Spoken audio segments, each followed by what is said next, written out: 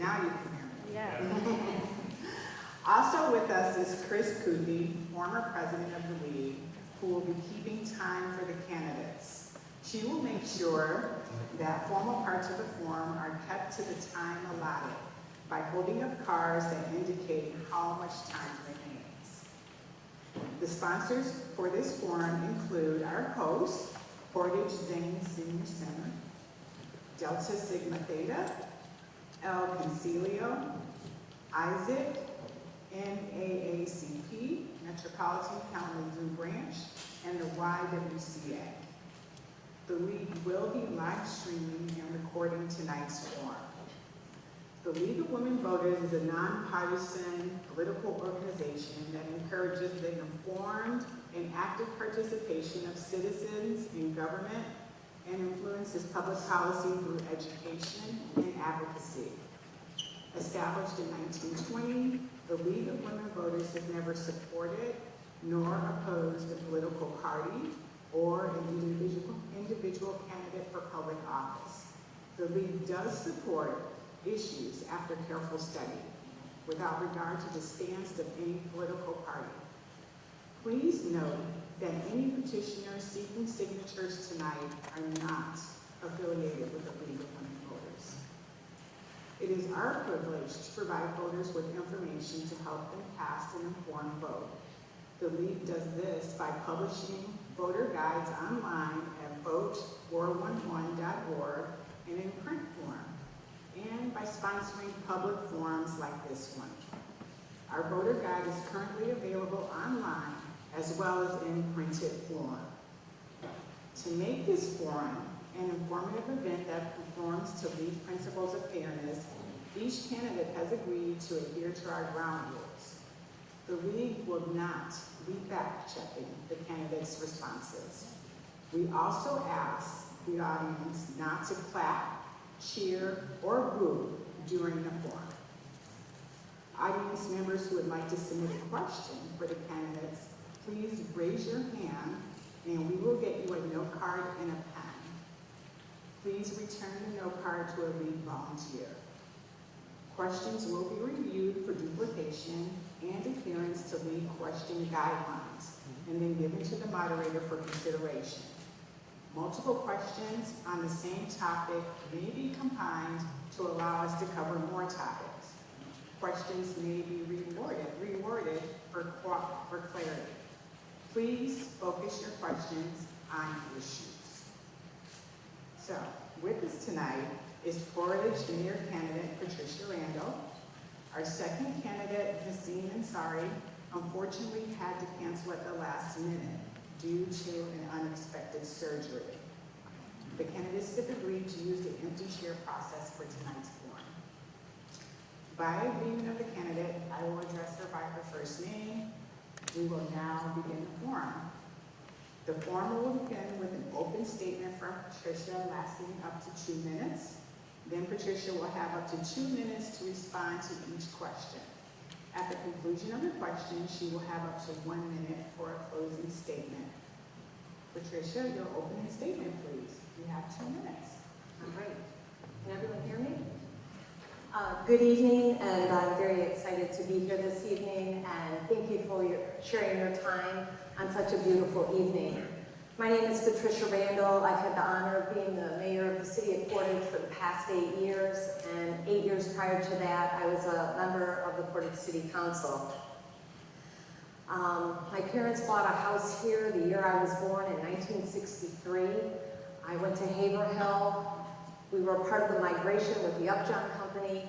We lived overseas. We lived on the East Coast, and we decided that we wanted to come back to the area. So about 20 years ago, we came back here. We've raised our 3 sons, and my husband and I just celebrated our 40th wedding anniversary.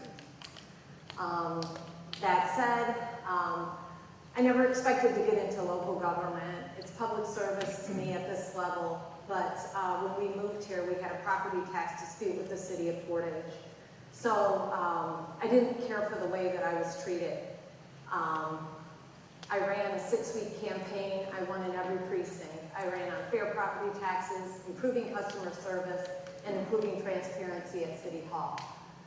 Over the past 6 years, with my finance background, I've been really focused on our budget. We've had a balanced budget for every single year that I have been on the city council. We have reduced our debt by 60% from $110 million down to $45 million. We've improved our bond rating to a AA+. These are all just wonderful things, and we still maintain the high level of services that you've come to expect. Building the senior center was one of my projects when I ran for mayor in 2017. It was done in the first ever public-private partnership, and I think it's a wonderful facility to hold this event.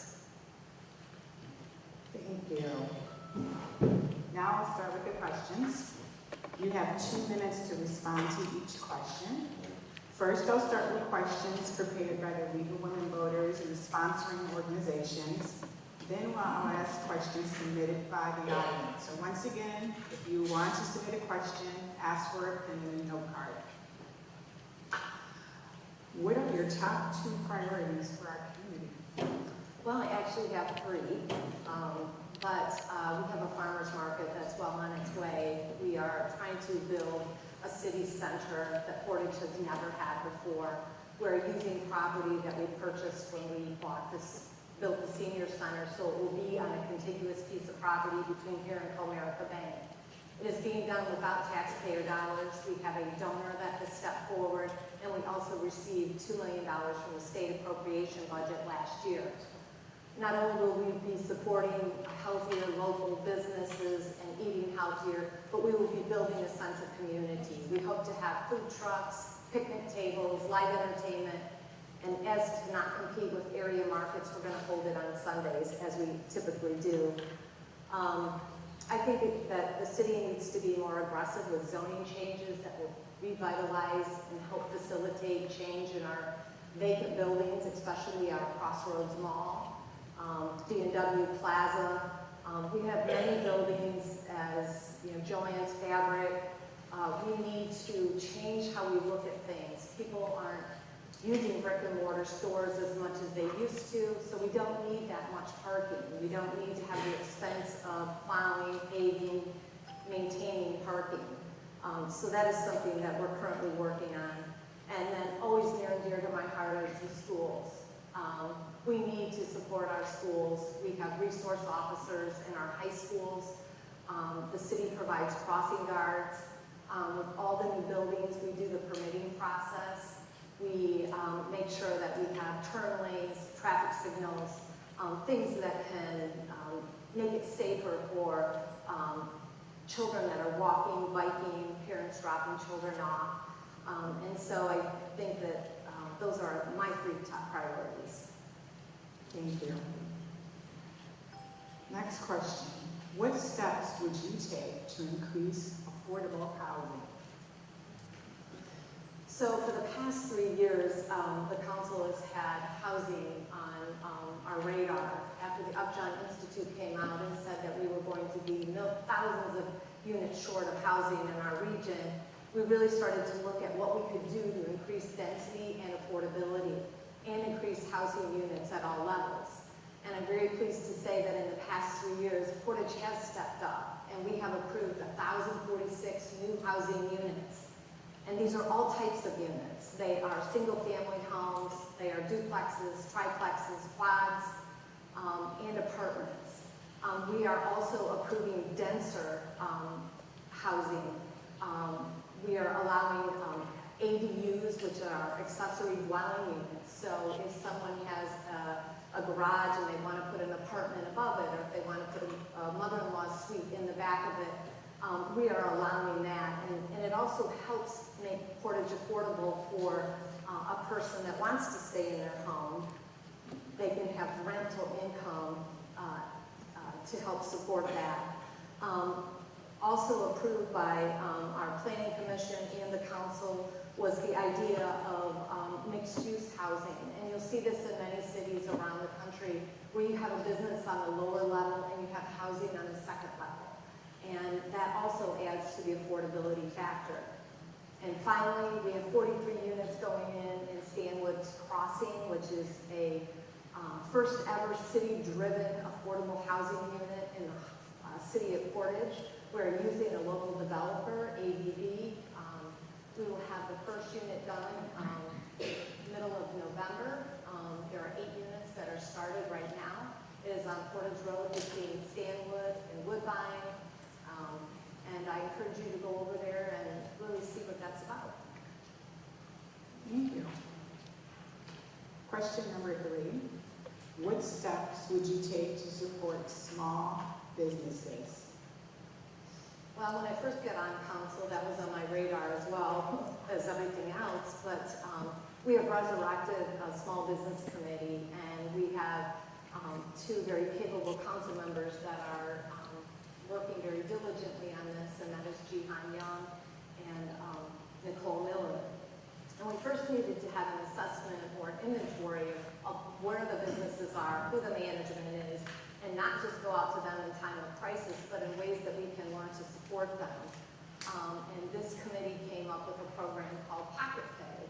And I kind of liken it to Downtown Dollars, where Kalamazoo used to have it, where you can buy a certain amount of money as a gift card or that type of thing, or even for yourself, and you can support local businesses by doing that. Through October, we have a program that is actually funded by our marijuana income that will buy one, get one 50% off. So if you spend $100, your gift card would be for $150. And it's just a way that you can support, I think there's 62 businesses that are currently participating, and they may be businesses that you already support. Thank you. Question number 4. How would you ensure that city residents have confidence in our community's public safety? So, anytime I go door to door and someone starts talking about our police or our fire department, I know it's going to be a positive interaction because our public safety has a really positive image in our community, and they have worked very hard to maintain that image. We do extra training after they get out of the academy. We have resource officers in our high school. Any officer will come out to neighborhood associations and attend meetings and help neighborhoods establish a watch program if they feel that that's something their neighborhood wants to do. They do a pig out where they serve hot dogs, they give free backpacks. They're just a very approachable group of people. We have a lot of gender diversity within our police force and our fire department. And there was a federal grant that was offered about 2 years ago. It was a 3-year grant from the federal government in communities that needed more public safety. And Portage has hired 8 public officers, police officers, using this grant money that's good for 3 years. So I am very proud of the men and women that serve on our public safety, and I think their reputation in our community is well deserved. Thank you. Question number 5. What environmental concerns are most significant in Portage, and what should the city do to address them? Portage has come a long way as far as trying to be a green community, and we have received awards for it. I know if you go over to City Hall, you'll see solar panels, you'll see both here and at City Hall EV plug-ins. We are looking at an electric snowplow, battery-operated tools. We're trying to be the example as far as being greener in our community. We do have an aging infrastructure, and the lead pipes that are under our community delivering water, as they age, lead becomes a problem, and we test this every single day. We're hitting that 50-year mark where many have to be changed, and you will notice that we are changing the ones that break most frequently. But we will not rebuild the road any longer unless we replace the infrastructure under the road. There's just no point in doing that. So we're trying to stay ahead of the problem, test it as we go, replace it as we can. It's a very expensive process, but that's something everybody needs. You know, you live in a community and need clean drinking water. Thank you. Now I'm going to ask the last question by the league, and we'll switch over to audience questions. So question number 6. What, if any, role does the city have in addressing mental health issues in our community? You know, mental health is risen in its view as people recognize that other people are going through different situations. We hear athletes that are having mental health breaks and different things like that. And the best thing that we can do is train our employees so that they recognize somebody that's having a mental health issue or breakdown. We have a mental health specialist that goes out with our police officers on a weekly basis. And we found that a lot of our problems in homes, our repetitive calls are from residents that have mental health problems or children that have them. And so this resource of a mental health person with our police officer is a good conduit for helping us connect them to services in our community that can help them.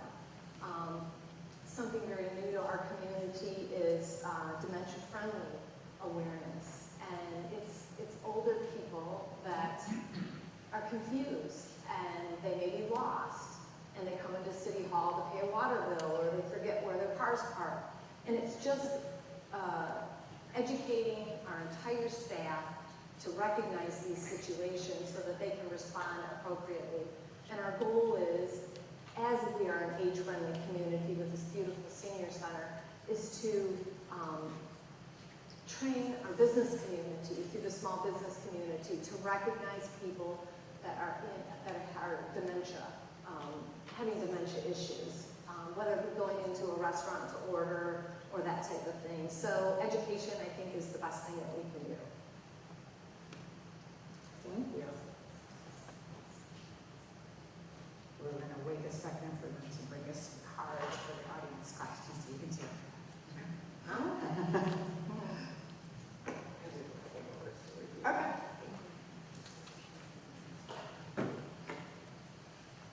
All right, our first audience question.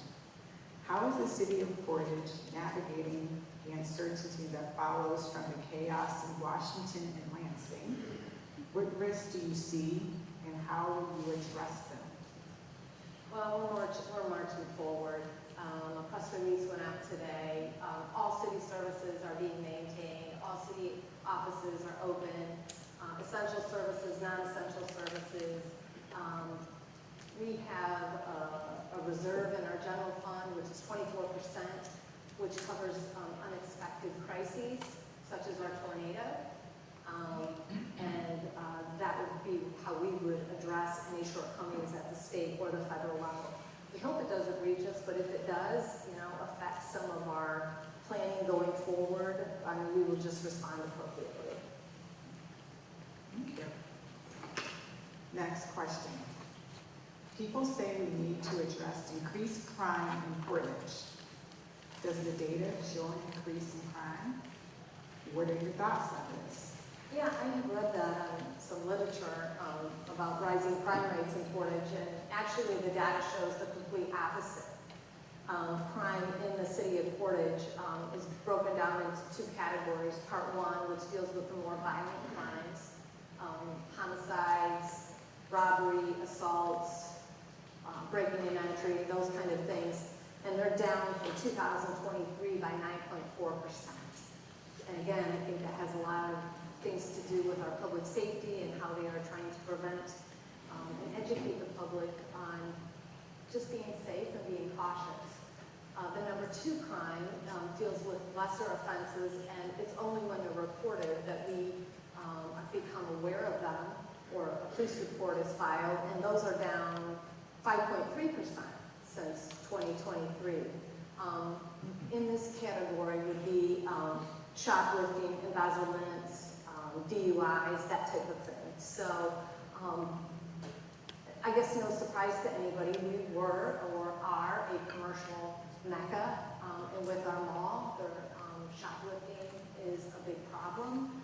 But as far as crime overall, I find Portage to be a very safe community, and the data does support that. Thank you. Next question. How much income does the city get each year from marijuana? How is that income used by the city? So it changes as the sales change. It's a percentage of that. I think we received $500,000 last year.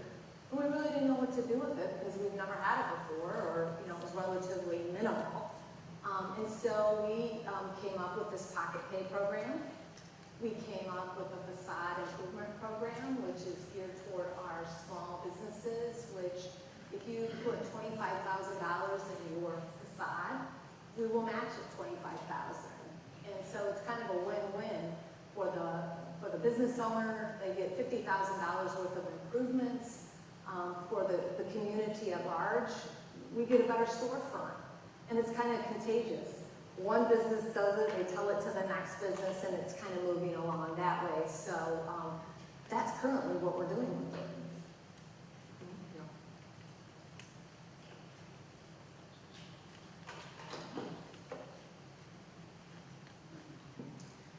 At both the state and national levels, we hear a lot of leaders talk about DEI in a very negative way.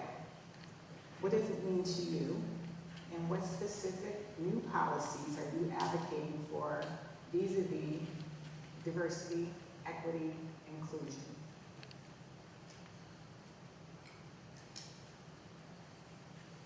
I have an uncle that said our family looks like the United Nations. And my parents were always very open about who we brought home, who we dated.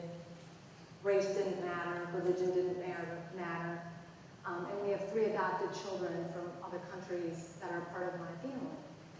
And so I think I live and breathe it every day.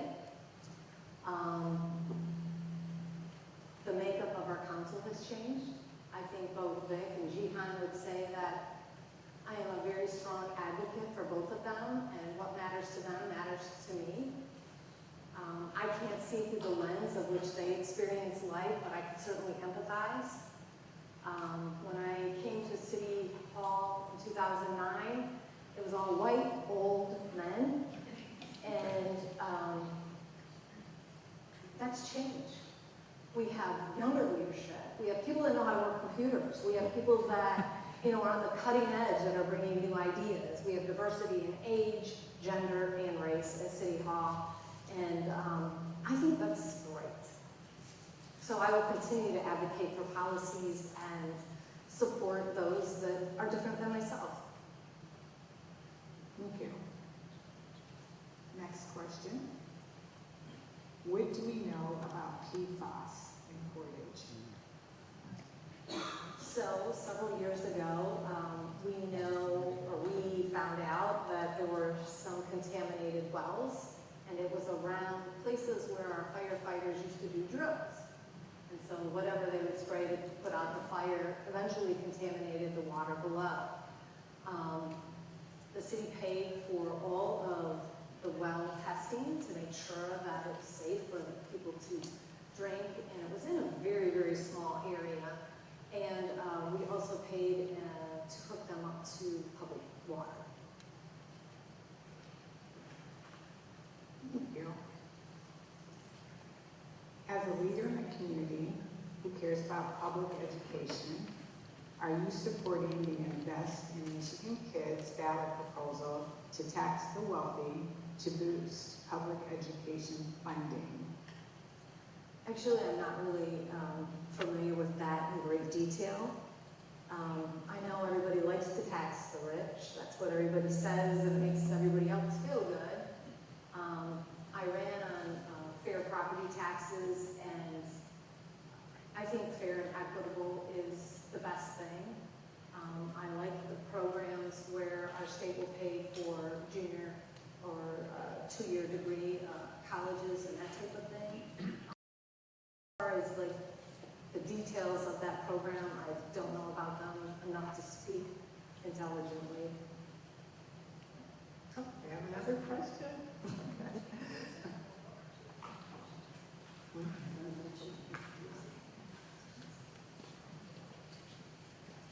Okay. Have you ever had to make an unpopular decision for the betterment of the city of Portage?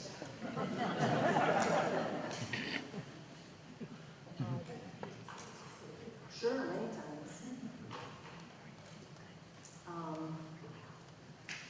Just gonna come out swinging.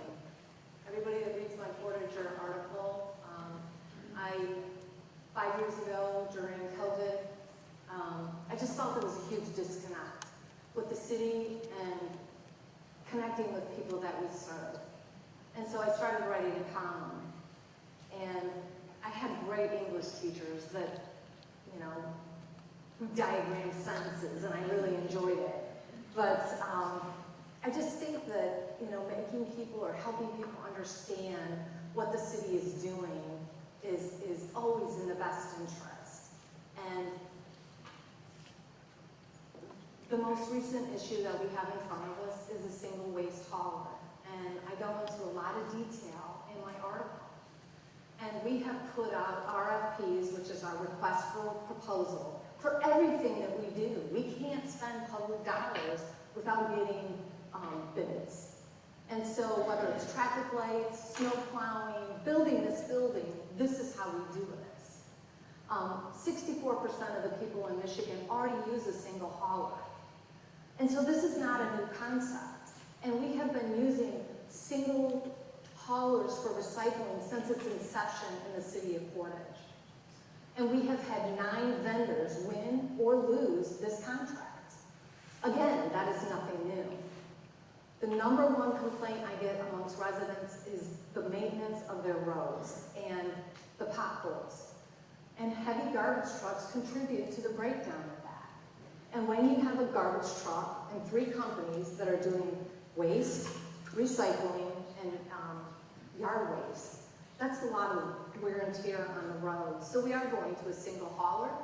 I think it's a win-win for the citizens of Portage. Everyone will be paying a fair and equitable rate, the same rate, and we will be saving our infrastructure while this is being implemented. Thank you. No more questions? No, great. So now you have up to 1 minute for your closing statement. So, I never really thought I would go into local government, and I certainly never thought I would be a part of it 16 years later. I have changed the culture at City Hall. We are here to serve. Government works for the people. And I came up with the campaign slogan, Citizens First Always. And I really look at it through that lens. When people contact me via email, phone, on the street, at the grocery store, I always stop and talk. And I always use my column as an outreach to people, and I do get feedback on that. And that helps me go forward with the objectives that we need for healthy governance. But none of this could be done without a strong council behind me, and I support every one of my council members. We are a nonpartisan organization that gets things done. And we have accomplished a lot in the past 16 years, and it would be an honor for me to serve another 2 years. Thank you for your time, and thank you for listening.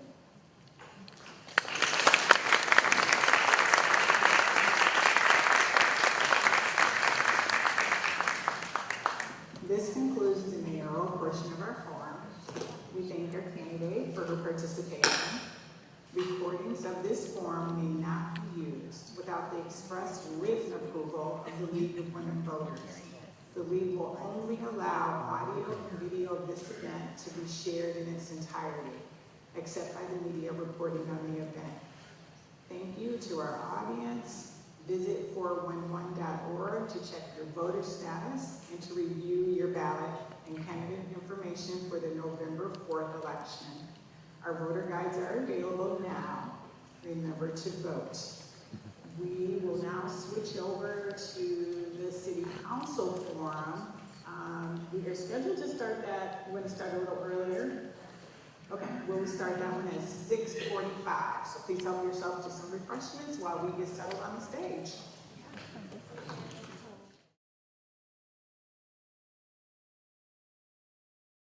Candidate forum for the Portage City Council. Just working on my slide. I'm Jihan Ain Young, a member of the League of Women Voters of the Kalamazoo Area, and I will also be your moderator for this event. A couple things before I get into the instructions for this forum. Some of you arrived in the middle of the mayoral forum, and you noticed Patricia was the only candidate here. I did make a statement that Nasim Ansari had an unexpected surgery and was unable to be with us, but the plan was to be with us. So that's why we only had one candidate for that forum.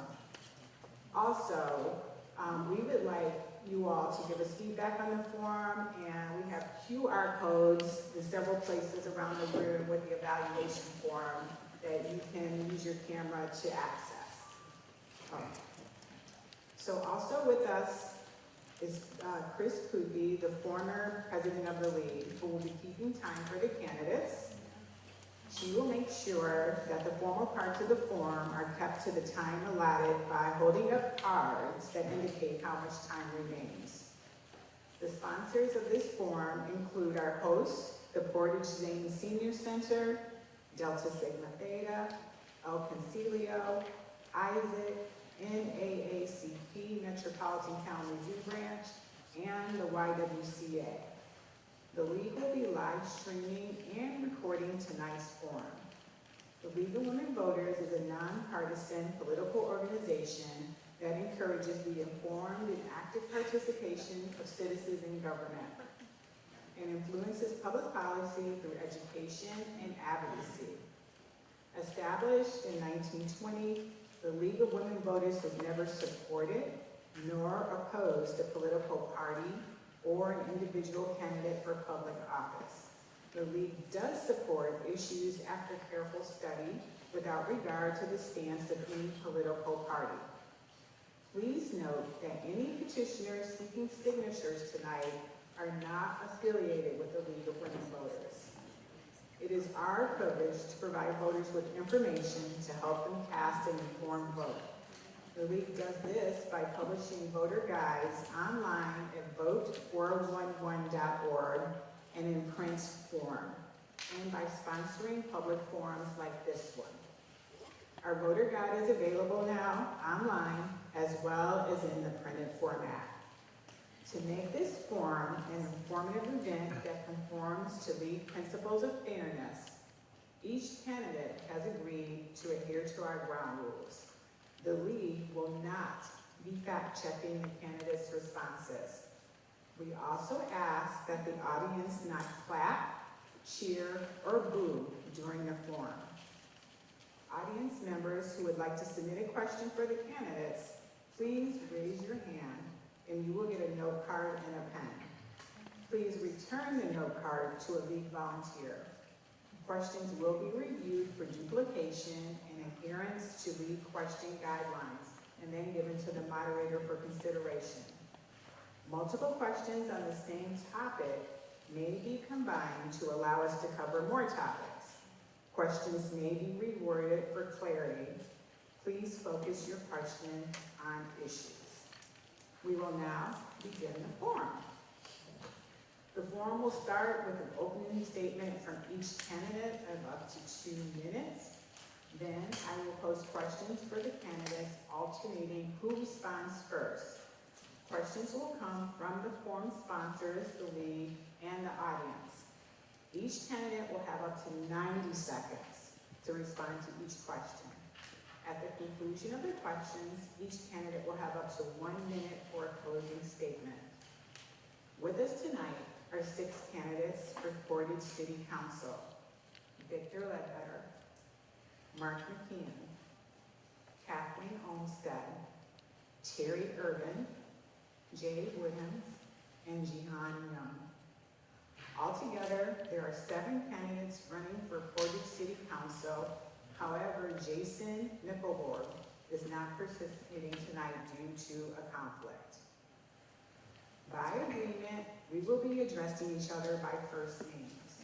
We will start with the first person as drawn at random, and that is Jihan. Jihan will have the first opening statement, and then we'll loop around this way. Okay. Jihan, your opening statement, please. You have up to 2 minutes. Oh, on the bottom, yeah. Testing. Okay. Well, good evening, and thank you to the League for hosting this event. My name is Jihan Ain Young, and I'm honored to serve on Portage's 30th City Council. Public service is more than what I do. It's a part of who I am. Inspired by my family's legacy of civic engagement, my mother's service as a councilwoman in the city of Ann Arbor, my father's academic leadership, and my grandparents' resilience. My campaign is built on one simple truth: united we thrive. Leadership that listens, acts, and cares. I lead with logic, reason, empathy, and a strong ethical compass, always guided by what's in the best interest of my community. I'm a public servant shaped by my educational foundation, professional experiences, and lived perspective. But to my family, my friends, and my Portage community, we are not done yet. There's more work to do, more voices to uplift, and more progress to be made together. As a wife and a mother, I am deeply honored to serve the community I call home, not only for what it means to me personally, but for what it shows my children they can become, and for the belief that it inspires in my husband and my neighbors. I want my constituents to know that they are not alone, and your voice matters.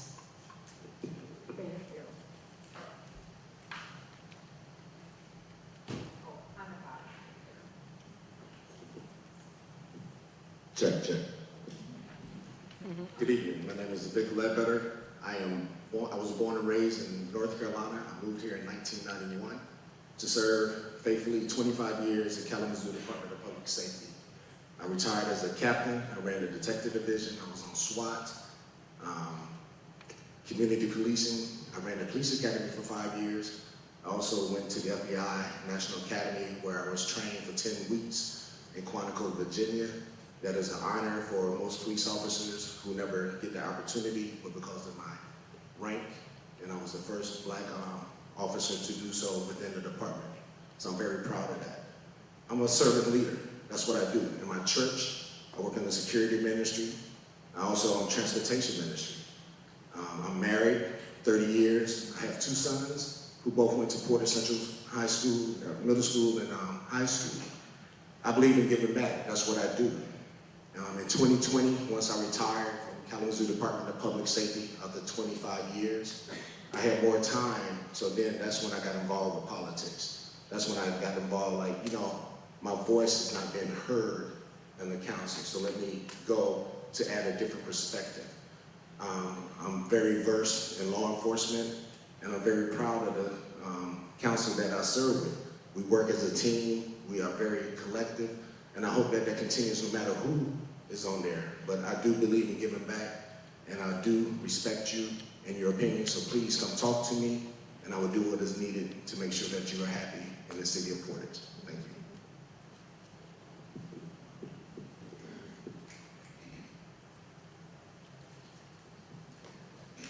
Hello, everyone.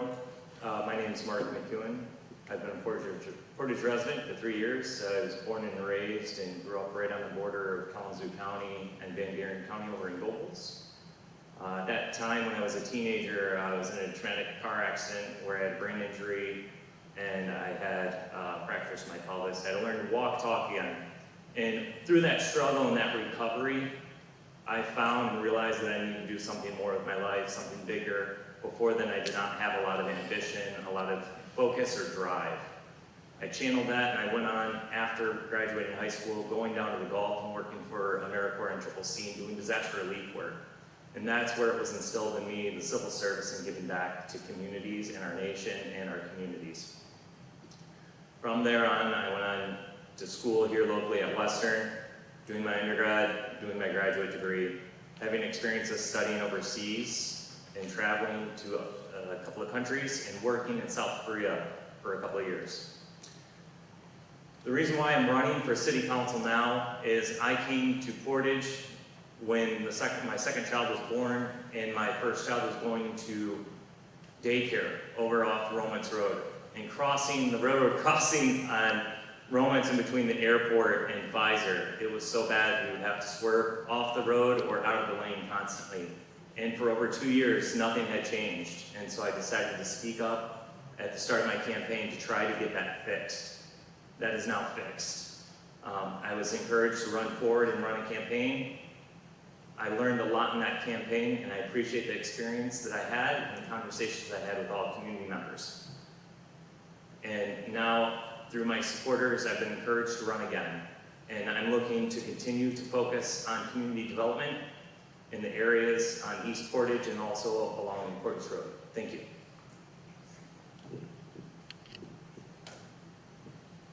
Okay. Good evening, everyone. I'm Kathleen Olmsted, running for Portage City Council. Thank you for being here, and thank you for the League of Women Voters for putting this forum on. It's awesome. I've lived in Kalamazoo County my entire life. Just for the last 5 years, I've moved to Portage, and I live in Portage now, and with my husband. And my background is in mortgage servicing, customer service, and volunteering on several neighborhood associations. I have 25 plus years in banking, servicing, reading contracts, quality control, being an inspector. I also am an election inspector since 2016, and I'm currently an election chair in the city of Kalamazoo. One of the reasons I wanted to run for Portage City Council is I didn't like the trajectory of where some of the decisions that were being made and so forth.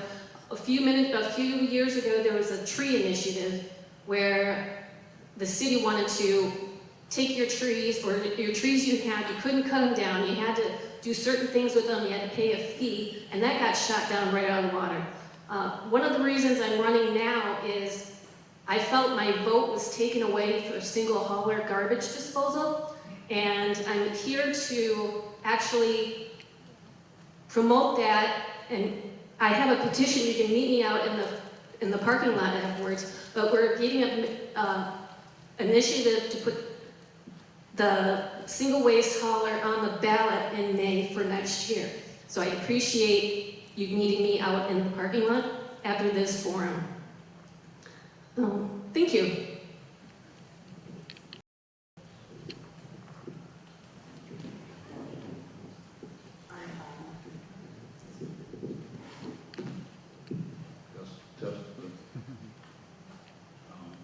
For those of you who don't know me, can't quite see around the podium.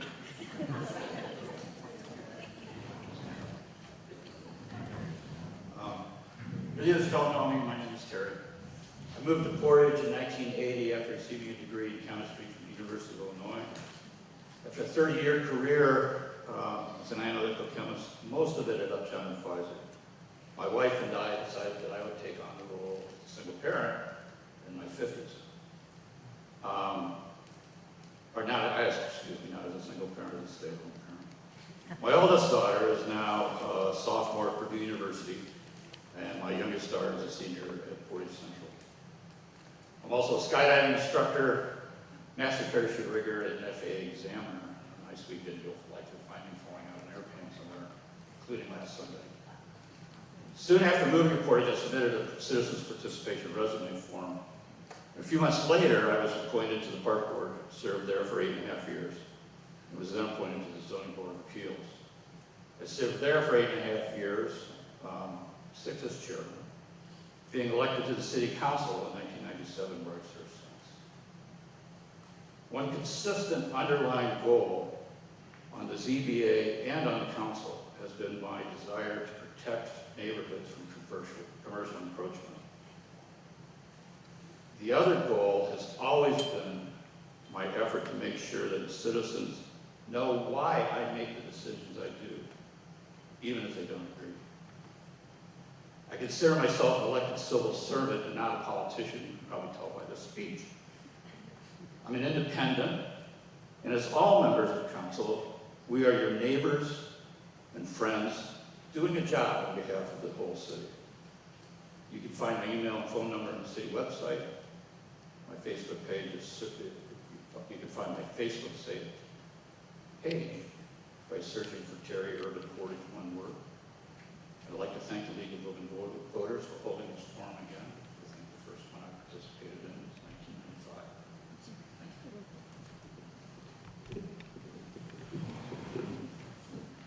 Good evening, everybody.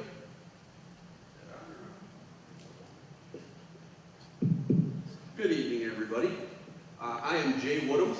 I have been a lifelong resident of the area, except for a small stint that I moved to Washington, D.C.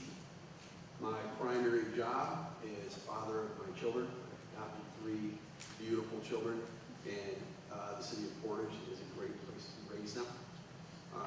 What I do to feed that family is I am a network engineer, and I am an IT consultant.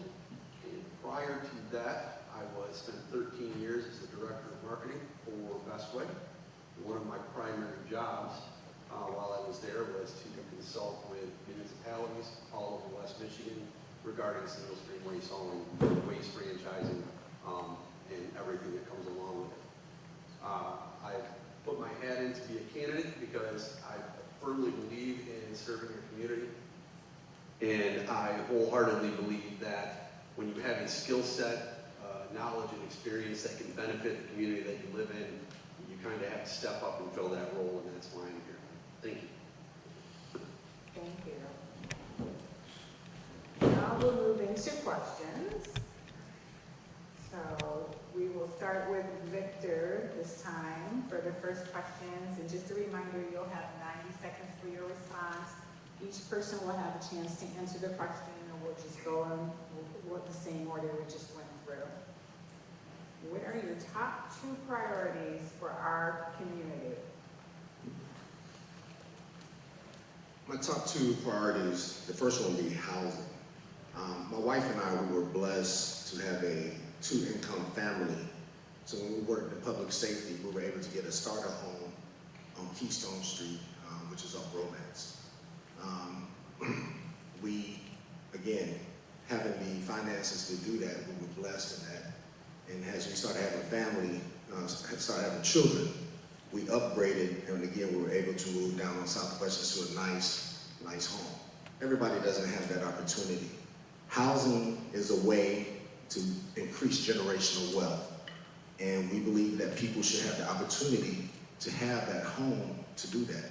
My second priority, being in law enforcement, I understand that I have skin in the game because my sons still live here, and I have family and friends here, so I'm concerned. We have a great police department, but I would like to increase the diversity. Everybody who's sitting in this audience should have an officer who looks like them and represent them. The police department should represent the community in which it serves, and that just brings unity and also confidence, knowing that if you get stopped by somebody, you're going to be treated with dignity and respect. So increasing diversity of women and minorities, Black people, Asians, all the other minorities should be represented in our police department. So I am determined to make sure that happens. Thank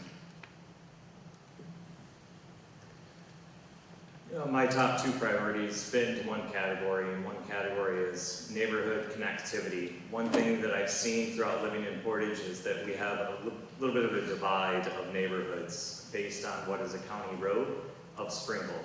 So I see that that main area, which I view as a business corridor, is lacking investment from the community due to leadership looking at each other on the county level and the city level and not making a decisive decision to have action take place.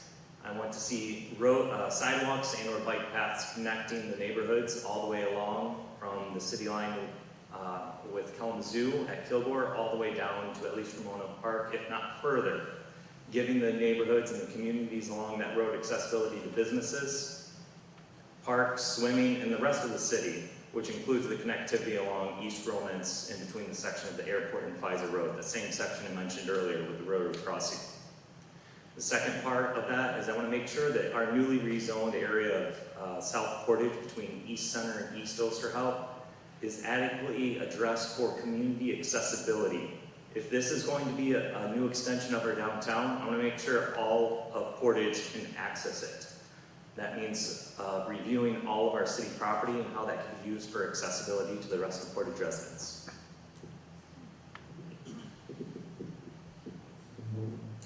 My two top priorities for the city is transparency and community involvement. We need to get our citizens into our city hall. They need to join and be a part of the city council or any of the board meetings or the panels.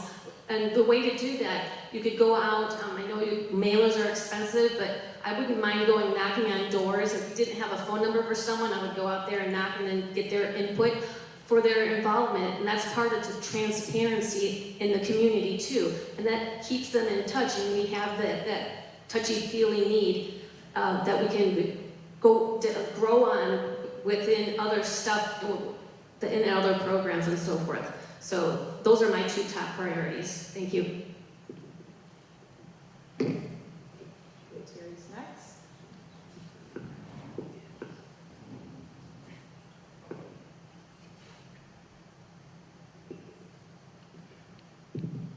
I'm sorry. One of the issues that we've faced statewide is the cost of building new housing. We all know that we have a housing shortage, but we've had several housing projects in the city of Portage, both apartments and single-family residences, canceled or delayed in the last 2 or 3 years because the financial outlook just did not make sense for the developers. With the costs of building materials and other things, they couldn't make them make sense anymore. We need to help developers with that so we can have the homes and apartments there in the city that we need for our workforce here. There's a couple of things we've done with that community land trust, and we need to expand that if those opportunities become available, as well as land development regulations. We're in the middle of rewriting those, and we need to make it more streamlined for those developers to do the work they need to do. Changes in retail shopping also are going to have a large effect on Portage. Already have, with the closing of a number of stores. We have a large indoor mall, and we know the fate of those malls. It's not, I don't think, a secret that those kinds of shopping opportunities will go away. We need to plan now for how we will encourage the redevelopment of that property, and in what way we will do that.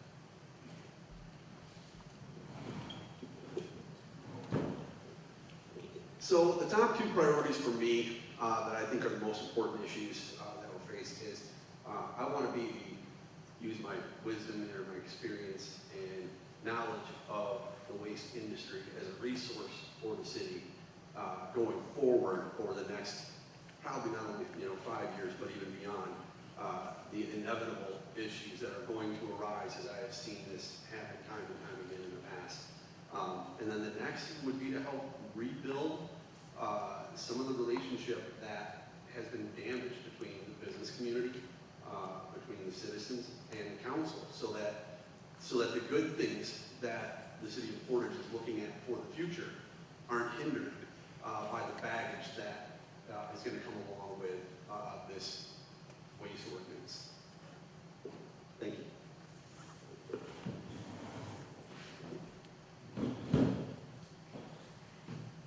My two issues are ones that are also in alignment with my fellow council members. Supporting small business has always been a forepoint of this council. Our mayor, who is extremely supportive of that, our city manager, expanding the Portage Business Registry, Portage Pocket Pay, looking into ways to ensure that ahead of state contracts for construction, that we are finding ways to help with the financial burden to ease that. That is how we will help our small businesses. And also developing incentive programs to get some more of these businesses into the city of Portage. Secondly, neighborhood engagement. Welcoming residents want to live in the city that they live in, but they need to know who they're a part of. When I grew up, I knew my neighbors, my parents knew them, they could babysit me. neighborhood block parties, community events, town halls, focused on bringing us together, finding out what makes us common instead of what separates us, and having the ability to utilize our democratic process to discuss our differences, but still know that at the end of the day, we love this community and we all call it home. So yes, Mark, you will start with the next question, which is, what steps would you take to increase affordable housing? So the steps that I would take to increase affordable housing are a couple of different parts. One is I would like to see our building height limitation waived in certain areas for increased height and density for greater use of our public services and systems that are in place on the road, and we can better concentrate our people, our residents, and better utilize our services and not tear down our undeveloped properties. The other one is try to review costs for new building construction and remove as many costs and waivers or reduce them as possible. One of the main things that has driven up housing costs over the past decades is local, municipal, and governments raising costs on building new homes.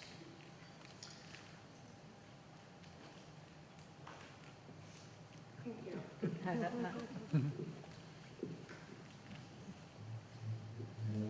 What steps would I take to increase affordable housing?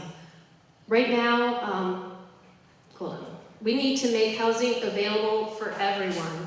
A lot of rural housing is going up, and we have to focus on also making things affordable for the youth, for our young people to come in and get their first house. And a lot of that can be done with private enterprises, not just government subsidies. So we need to have a whole bunch of different things going into the affordable housing and why we need it. How many green spaces do we have left? What can we do on some of those spaces and what can we not do? And also we need to gather citizen input on how they would like their community to look and be improved upon. Maybe some of the people in the majority of the citizens don't want any high density housing. Well, we have to take a look at that as a city. We bow to the residents, and that's our job, is to serve the residents and listen to them. So that's what I would do. Thank you. Thank you.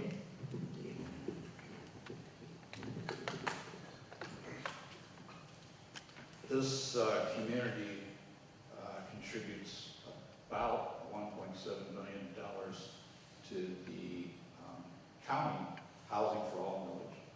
The Community Land Trust project that the city initiated off of Portage Road was our first project to bring those dollars back to the city of Portage. We need to look for opportunities to expand that as we learn from going through this first iteration. For those of you who don't know, those homes are going to be made affordable to people, families with incomes from 80 to 120% of the area median. It's going to be done by the families not owning the land and a contract with the city that will enable those homes to be sold in that price range as they move from owner to owner. The other thing is, one of the things we're trying now, and we expect it to be successful, is mixed-use zoning, where small business and apartments can be mixed together in one building, in one development. We just did a trial rezoning, not a trial rezoning, but our first rezoning in a limited area of that nature, and immediately a project was submitted for approval that includes apartments and businesses on the first floor. Thank you. With regard to affordable housing in Portage, one thing that I can say is that the city council is already taking a lot of steps to tackle that challenge. I do think there's more that can be done. It's going to start with zoning, taking a look at zoning. I love the mixed use property. It's very popular in a lot of locations, but it can't be standalone. It's got to be partnered with other things that make the mixed use property make sense as far as location and things like that. So, yeah. The other thing would be just keeping your finger on the pulse of what the community wants and assuring that our affordable housing doesn't turn into a reduction in property values for others. And just really, it's a delicate balance, but I do believe it starts with analyzing the zoning. Thank you. This current city council is doing a phenomenal job in terms of ensuring that we are bringing in workforce housing. We just talked about the Stanley Woodbine project that Mayor Randall spoke about, so I won't go into depth about that. But our multi-use developments, ensuring that we are collaborative at the beginning of our process. So being proactive between our zoning, our planning, our developers, and then having that community conversation to ensure that there is a vibrant balance to have families coming into our city, and for those whose lives may be transitioning and they may need to sell their home is going to be important in that conversation around affordable housing. We also want to ensure that we're looking at things like multi-use developments. This has worked in other communities, and we want to also leverage those opportunities here in the city of Portage.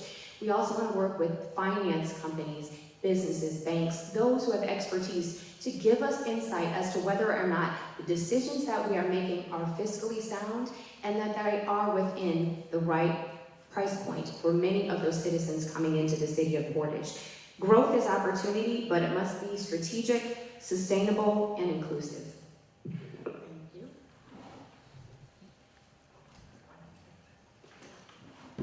I hate going first and I hate going last because they already said that.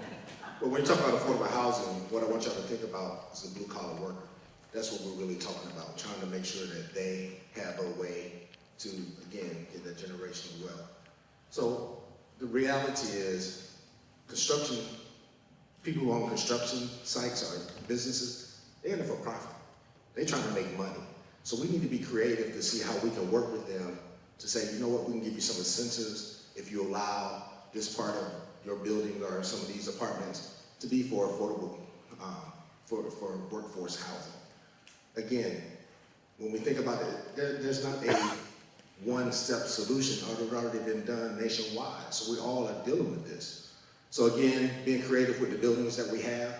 One thing that we can look at is the mall. I've seen some communities that had a dying mall and they turned a lot of those businesses into livable spaces. So we just have to think outside the box. How can we be creative with what we have and use the land and everything that we have efficiently?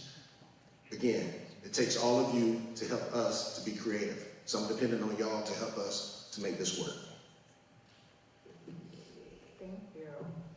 We're on to question number 3, and Kathleen, you're first. All right. What steps would you take to support small businesses? Well, right now, the city of Portage has done a fabulous thing, this pocket pay, where you could go to businesses and get the $50 in addition. That was the great idea, great job team that you did. I would involve small businesses into like the city business. What I mean by that is scheduling maybe a calendared visit, like monthly or weekly, to go to these small businesses, find out what their needs are, bring it back, gather up, because maybe everyone has the same kind of concern or need, and maybe we could put them into areas, their stores or businesses, what would be more beneficial to them, rather than maybe out in the weeds somewhere. Maybe they could be better off on the main street.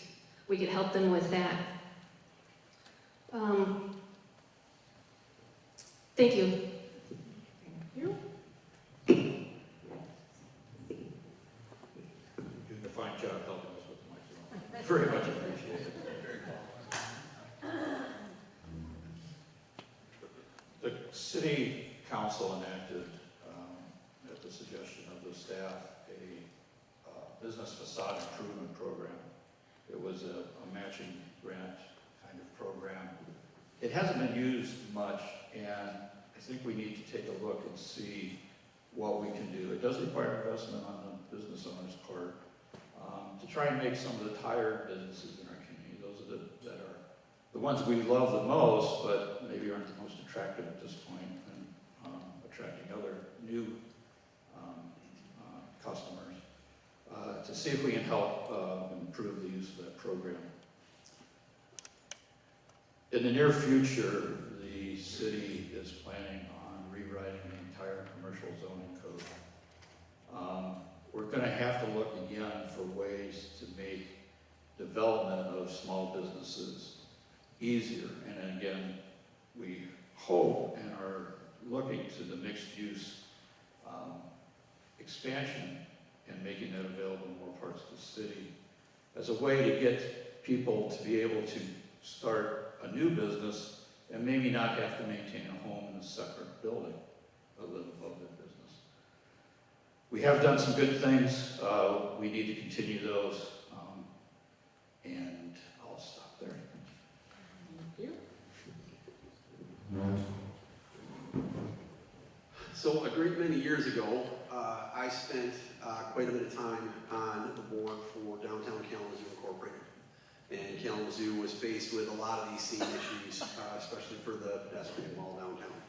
And one thing that I took away from that is that there is no one single cookie cutter answer, and that following other communities is probably not going to be successful unless you can think outside the box and come up with the things that make Portage unique. And I think that we're on the right track with some of the rethinking of the Lake Center District, the business district, the mixed use zoning.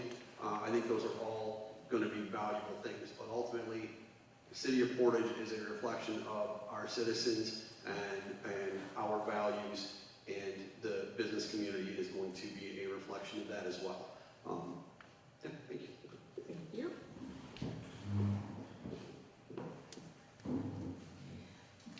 One of the phenomenal things about working on a council with those who have diversity and experience in other areas is that my background is in finance with JP Morgan. Councilmember Miller's background, she owns a small business. So when you put the two of us together on that small business committee, we had the opportunity to really take a multifaceted approach in terms of how we were talking to businesses and what they needed. As we looked into Portage Pocket Pay, the ability for us to buy and shop local. We then looked into the Portage Business Registry, the ability for us to ensure that businesses were posted online for a one-stop shop for you to find what you needed. We went out into the community and we spoke to businesses and we found out what was difficult for them during construction. So revitalizing programs to help ease that financial burden. We also looked to use the facade improvement program, and when we found that there wasn't great traction and movement in the Lake Center corridor, we opened that up citywide. And so there is still progress to be made with our small businesses, but we use collaborative efforts with Southwest Michigan First, who is an economic driver within our community. We host town hall meetings, and I think those are opportunities for us to continue to leverage and grow for our small businesses.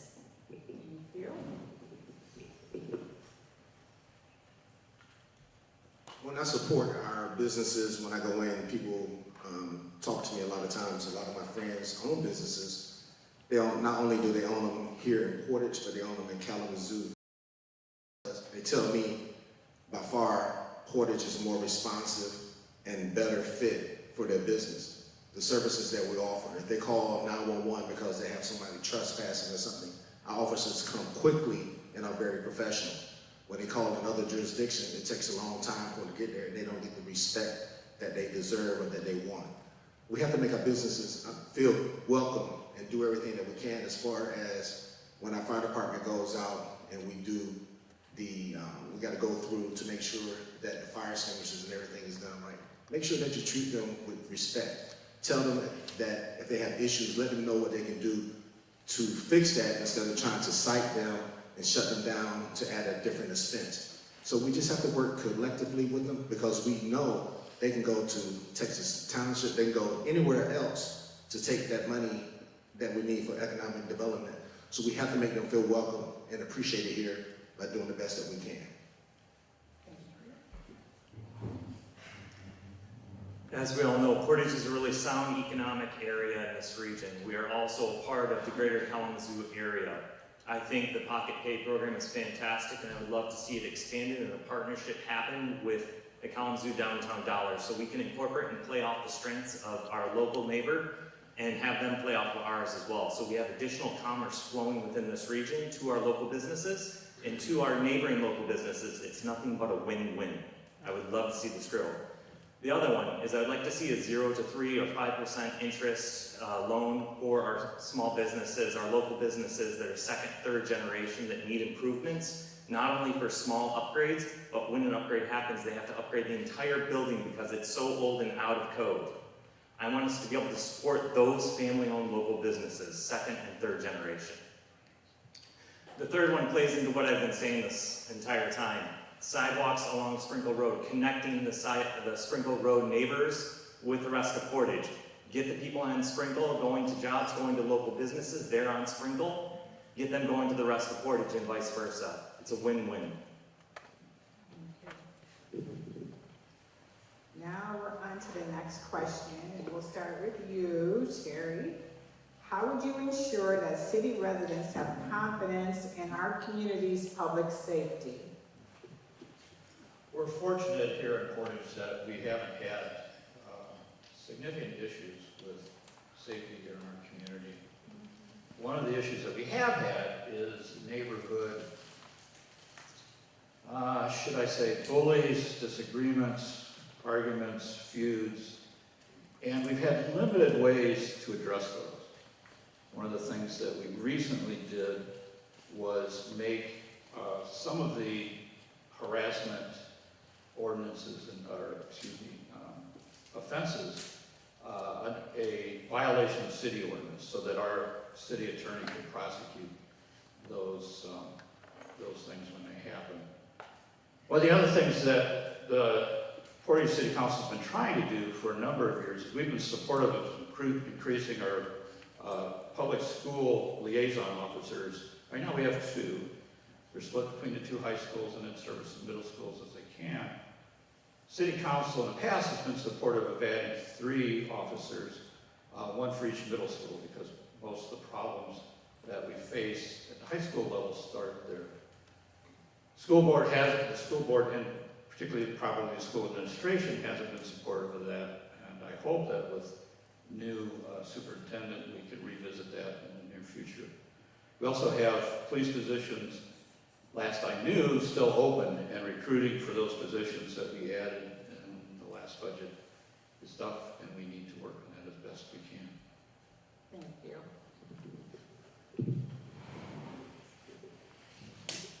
Well, it's challenging to say the least about what you can do to ensure that people of the community have faith in our public safety. Portage has, hands down, fantastic public safety, and their actions speak for themselves. Specifically, when the tornado came through, my family was celebrating, we were at Wings, etc. We were having dinner there, and it was a direct hit where we were at, and so we were trapped there on trees and power lines, but we saw public safety, we saw fire department, and we saw how well and how amazing they took care of everything, and it's amazing that we did not have more issues with that tornado. One of the things that I would like to see, that I think that we could do better, is more school resource officers, a better presence in the schools, and maybe community outreach with the younger grades, just to build that relationship with our kids and public safety, and let them feel like this is a safe community. And I have kids that are warriors, and I know a lot of them are, and having them be introduced to public safety officers out in the public and just having conversations with them makes them feel safer and gives them faith in the safety of our community. Thank you. We are truly fortunate to live in a community with a public safety department like Portage Public Safety. From the CERT team, which stands for our Community Engagement Resolution Team, which is a group of incredible officers that goes out into the community, whether they are handing out backpacks at the beginning of the year, going around to each of the middle schools, elementary schools, or high schools, being engaged. I see them every morning when I drop my children off for school, high-fiving the kids. They are being engaged and proactive. They want to ensure that our youngest children know who police officers are and that they are safe with them prior to a tragic event happening. That's one of the ways that we help.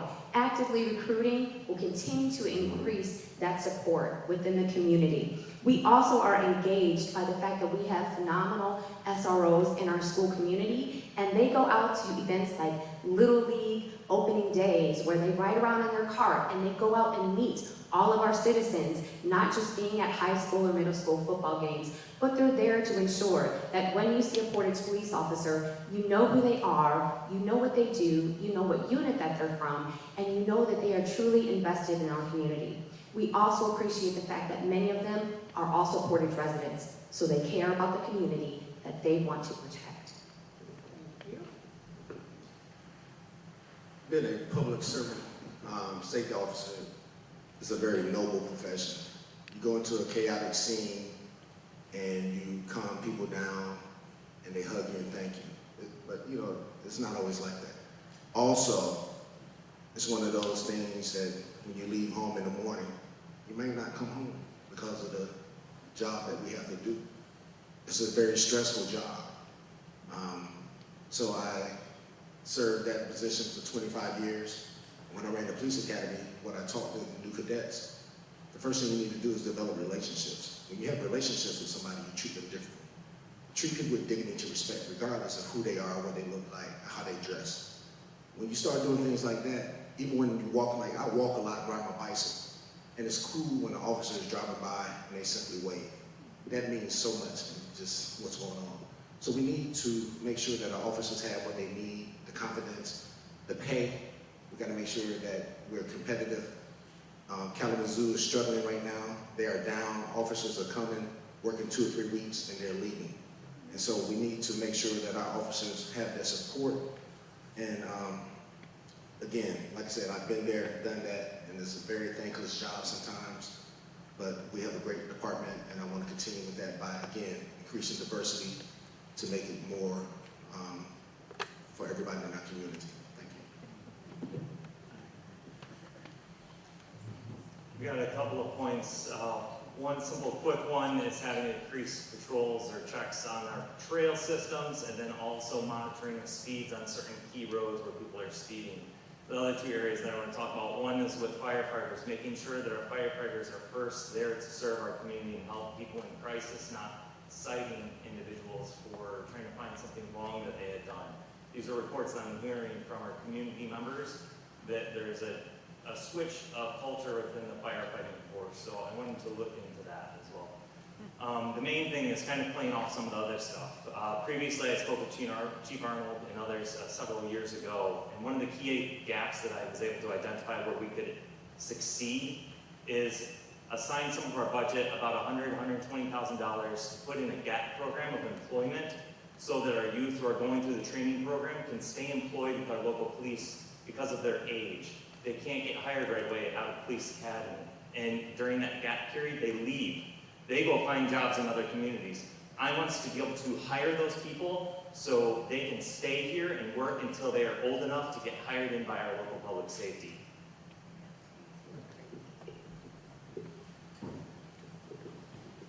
Well, everyone had a bunch of great ideas. I had some of those. Patricia Randall Mayor Randall had a great idea, or what they have ride-alongs, and the mental health person even goes on the police, and that helps out the community, and it feels like they're needed and are in touch. We need to involve the citizens. Again, transparency. We need to involve them, get them so that you can visibly see. You can see the police cars up and down the street all the time, but that's not a touchable situation. What we could do is 106.9 has, every morning they do a radio or a police report on the radio, and it gives you an update so people can see that the police are actually working and what they're actually doing. Maybe we could connect this link to our website if there's no copyright infringements on that. We can also, we need to involve our youth with our policemen and the public safety, and our youth are great at social media. They could do like little TikTok blast or Facebook. They would love to do that. If 5 people did it 1 time a day, you know, you'd have little stories coming out about what this police officer did and commend them for that. Show them we support the police and there's nothing to be afraid of. Thank you. Thank you. Now we're on to question number 5, and we will start with Jay. What environmental concerns are most significant in Portage, and what should the city do to address them? So this would be a question that I would need far more than 2 minutes to answer. The most pressing environmental concern that I have is centered on the waste ordinance. Most people don't understand that that the ownership of waste materials does not change. If you're a commercial business, the waste material that you produce is yours, and you are responsible for it for the entire life cycle. The landfill is basically babysitting in an environmentally sound way that material on your behalf, and that's what you pay them to do. When it comes to residential, the policy is that it is far too many people in too small volumes, so the liability is held by the hauler, so that if there's an issue, like for example, if the landfill ends up as a Superfund site, the EPA will generate a PRP list, it stands for probable responsible parties, and they will make all the commercial entities, and they will make the hauler cover the residential entity unless there is a municipal franchise in place. Municipal franchise now is as the municipality as the probable responsible party for the production of that waste that contributed to a Superfund site, and the EPA will now be fining you for whatever portion they think is significant. That's an environmental issue, and that is going to have to be handled going forward because it is a risk, especially with where the landfill material ends up. Thank you. Well, I am proud to represent the city of Portage on our Kalamazoo County Environmental Health Advisory Council. And in my role here, I am able to learn information in terms of how not just the county, but the state also has impacts in what we do to protect our environment. From that, and with the work that I do on council, there are 2 highlighted areas. Number 1, I would say, is the fact that we are now considered to be Tornado Alley. We did a phenomenal job with our response effort, and we were incredibly fortunate to not have any fatalities. But that preparedness can only go so far. We need to ensure that we are protecting storm drains, flooding, and doing what citizens need to do to be prepared for the potential next disaster. Secondly, I would look at encouraging green building standards to preserve some of our green spaces. We are also known as Tree City, USA. And so we wanted to be able to acknowledge the fact that we have beautiful growth, beautiful trails, but as we continue the development that Portage needs, we also want to protect that and do it in an environmentally friendly way.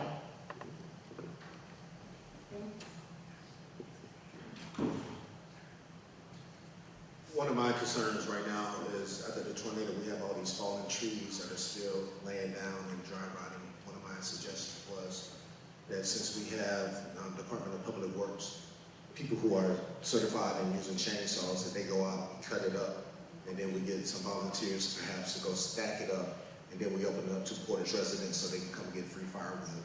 Once all the Portage residents has all the firewood, then we're gonna open up to the county, but we need to take care of our people first. The second thing, we have beautiful parks, so we need to be concerned about our lakes, invasive species and plants, and do what we need to do to make sure that our lakes maintain their water level and that they can be enjoyable. It's always a sad day when you get a news release saying that Ramona Park or one of these parks is closed because of high levels of bacteria or whatever that we need to treat. So we need to be on top of that to do stuff like that. And thirdly, I believe in the science. I'm sorry. The earth is getting warmer, climate change is real, and we need to make sure that we are prepared. So like Jihan said, when we get these tornado warnings, you can't just sit back anymore and just like let it go. You really have to be concerned and be ready because again, the temperature is changing on earth and we just need to make sure that our residents are getting the most advanced knowledge or warning as possible so that we won't have any fatalities when the next tornado comes.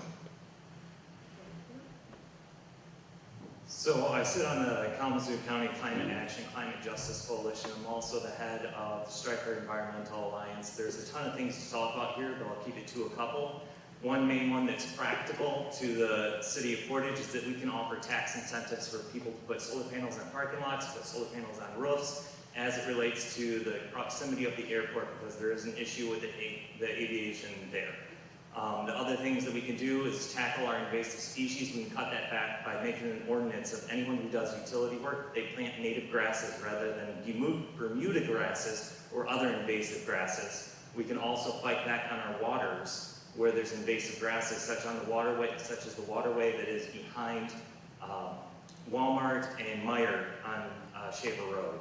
There's invasive plants going down that area. So we can concentrate our resources to remove invasive areas. I like what we're doing with the garlic mustard poles. I think we need to invest more in that, get more people involved, including our local employers and employees there. The last thing that I'd like to talk about as well is some of our undeveloped land that we have in areas. Rather than sell it off, let's steward it to preservation agencies like Southwest Michigan First so they can steward it properly. Thank you.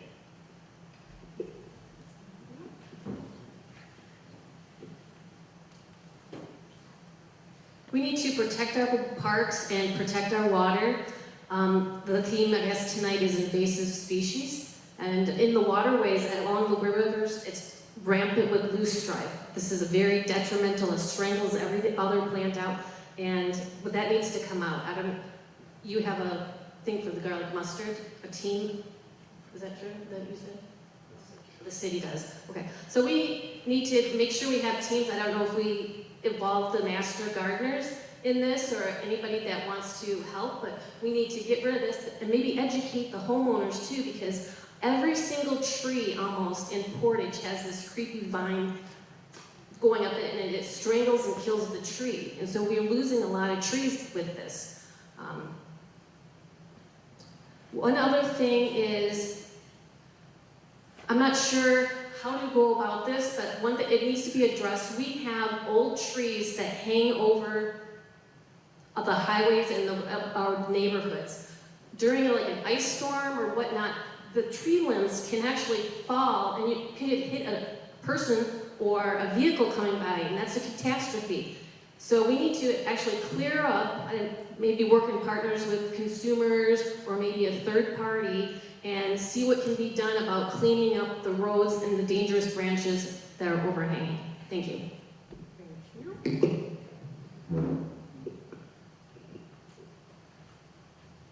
We're fortunate in Portage that we don't have some of the major local environmental challenges that other communities do with abandoned waste sites, other things. We have a couple of groundwater contaminations that are monitored and controlled, and they're not of an issue. If they become an issue, we've put in city water where it wasn't available when we needed to. The major issue that we have is that the whole world has with climate change.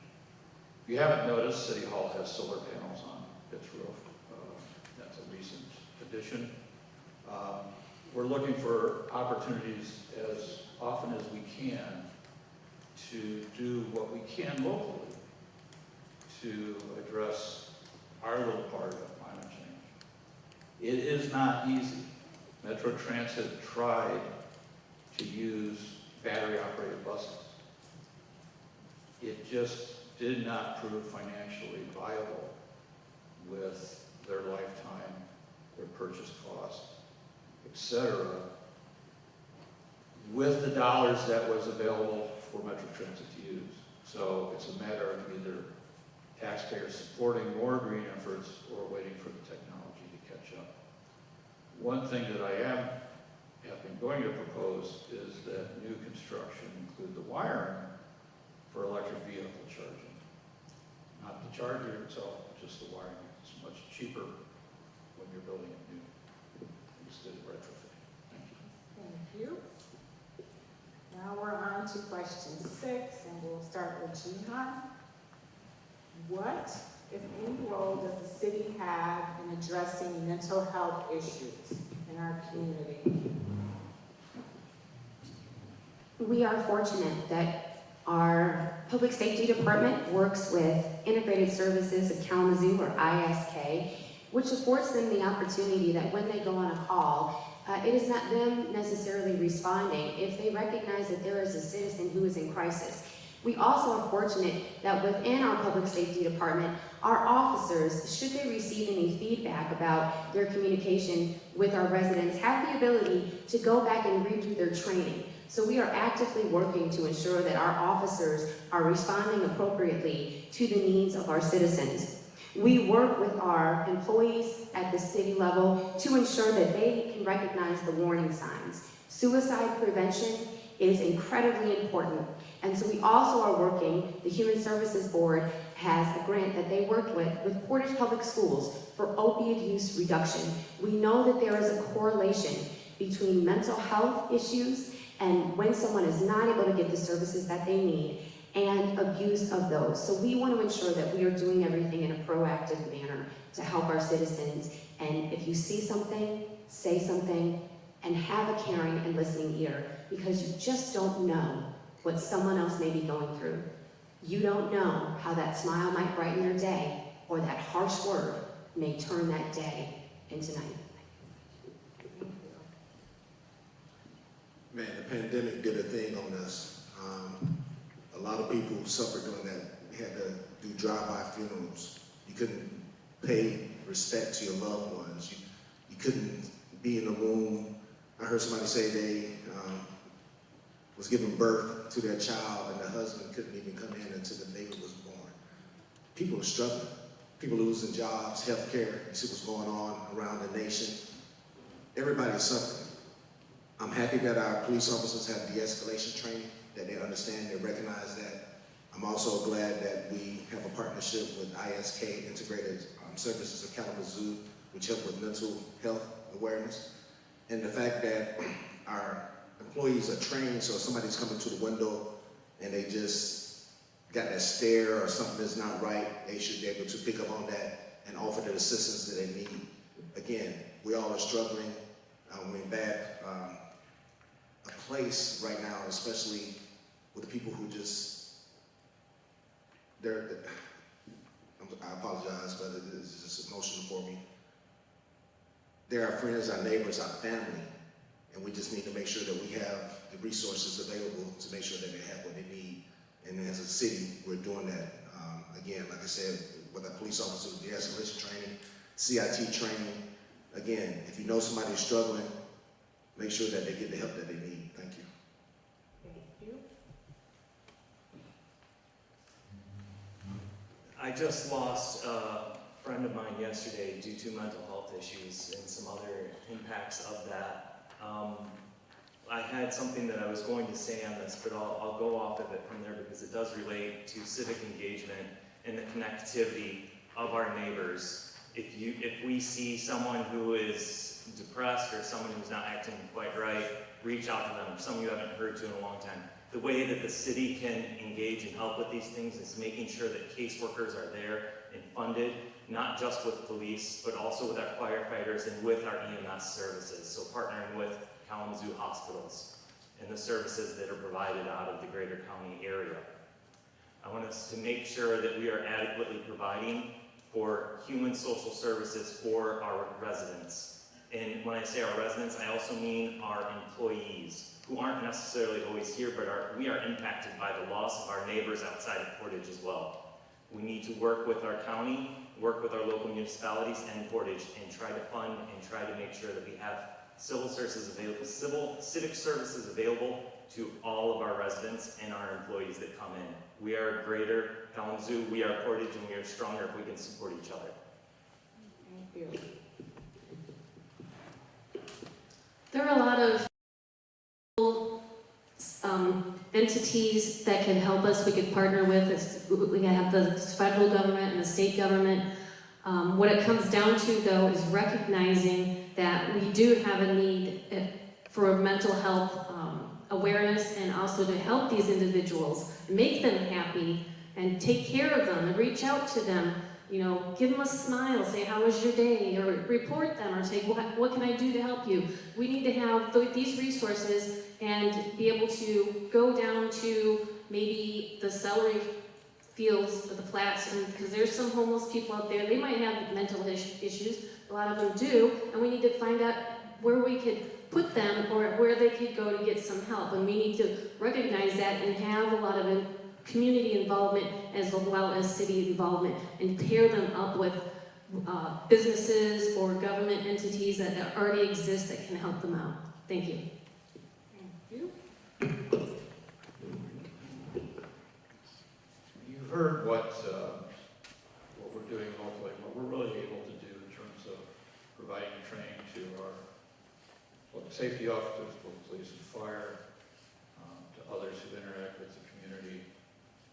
We also have provided mental health services and counseling available to our employees as they need and request.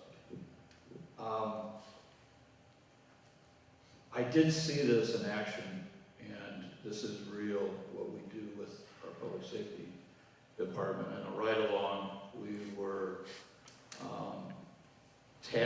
the officer I was with was tasked to address a son who was being put out of his father's home and had threatened the father. And rather than treat that as a potential assault or a crime, the officer, again, as I was riding along, engaged with the father and son, got them to agree on a way for the son to get his belongings and where he was going to be able to go, and de-escalated the conflict between the two, and did what we were able to make that situation the best that it could be. And seeing that makes you aware of what our police and fire officers have to do daily, and we should welcome them or be grateful for them. Thank you.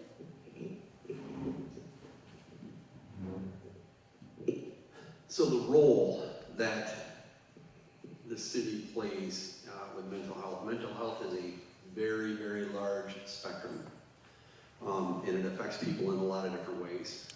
I'm pleased that Portage Public Schools just finally this year got their first substance abuse counselor, as we realize that our teenagers especially, their substance abuse comes from two places. It comes from recreational use in a social environment with their friends, and then it comes from a coping strategy. And it's necessary to identify which is which and what the cause is, because in one case the mental illness is causing the substance abuse, in the other case the substance abuse is recreational and social. Not that it's okay, but I believe there needs to be a follow-up program and more resources committed to that go beyond just the initial contact of public safety, that there's follow-up, that there's resources that are available for people not in school to maybe just bring it to somebody's attention. Just here, there was a gentleman as I pulled up that had presumably everything he owned in a cart, and he was having some sort of episode where he was beating up the few things that he had. I'm sure you'll see the litter out there at some point, but that would be an example of something where there should be a resource for us to call beyond public safety, where there would be continuous follow-up. Thank you. Thank you. Now we're shifting to some audience questions. And Victor, you will answer first.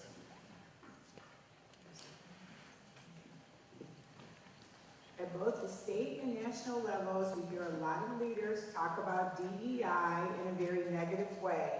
What does it mean to you, and what specific new policies are you advocating for vis-a-vis diversity, equity, and inclusion?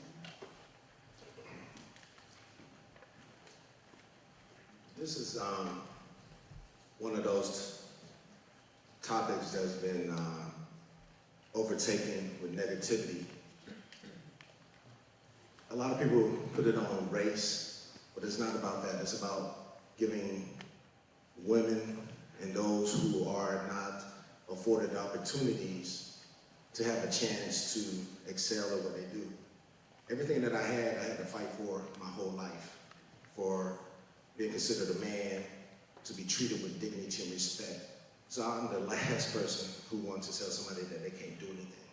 Again, If things were done properly from the beginning, everybody should have an opportunity, qualified, to excel at what they want to do. And I believe that diversity, equity, and inclusion is necessary for this country to succeed and be successful. Everybody should have an opportunity to showcase their talents and work. It shouldn't be looked upon as something negative. It's not. The police department, the police force is a white male-dominated field. Let's start with that. We have to have diversity, equity, and inclusion to have other people, women, and other minorities have the opportunity.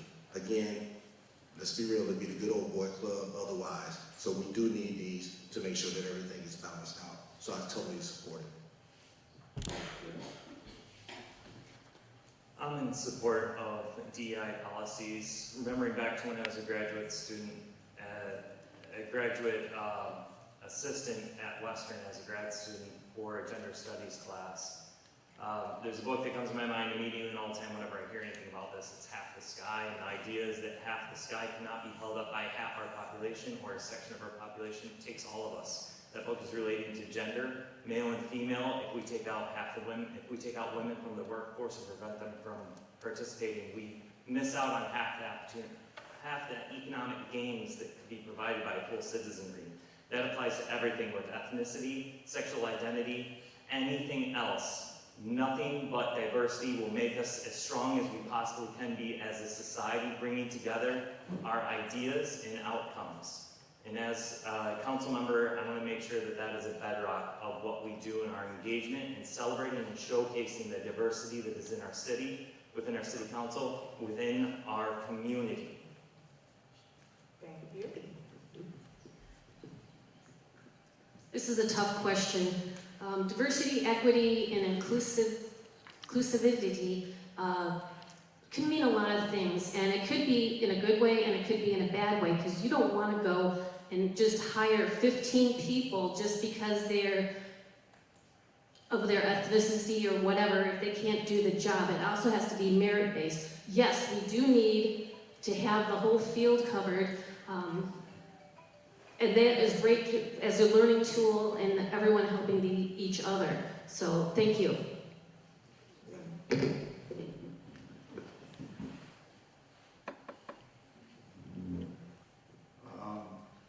I believe the current attacks on DEI programs and education is a national embarrassment, frankly.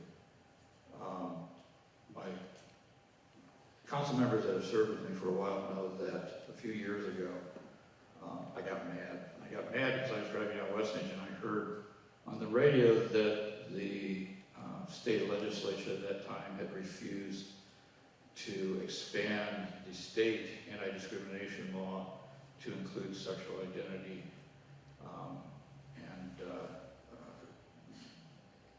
And I did. I got mad. I yelled at the radio. I called the city manager and I said, we need to work on this on a local level if the state will not do that. Again, those that were on the council with me or were paying attention know that I championed a local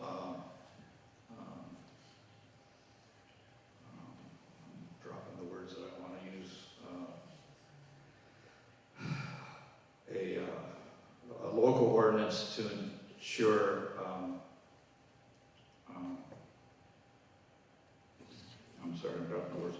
But to ensure a local anti-discrimination ordinance to ensure equity in housing and work here and include gender identity as needed. I was proud to do that. I was proud that the rest of the council and staff supported me on that. Luckily, we don't need it anymore. The state did what they should have. Thank you. May I have 10 minutes? So, there's a lot that I have to say on this topic. And I'm a little embarrassed to say that I had to learn it the hard way. So, there's two camps. The camp that believes that DEIA is there specifically to provide unqualified people jobs that their only bucket they fill is that they're a certain color or a certain sexual orientation or, you know, whatever it may be. And the opposite is actually true. These are qualified people that are being protected from being discriminated against because they have those characteristics. And it is the right thing to do. And I had to learn this by adopting my daughter, who is black, and I can't walk in those shoes. I don't know what that's like. Fortunately, I have very good friends of color, and that was a cold shower of reality.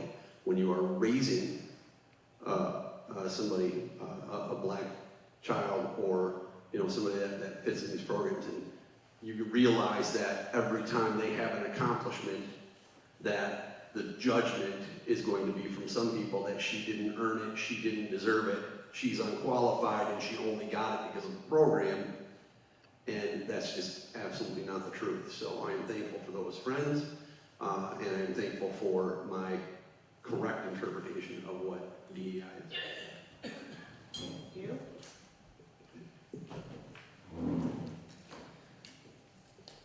Diversity, equity, and inclusion.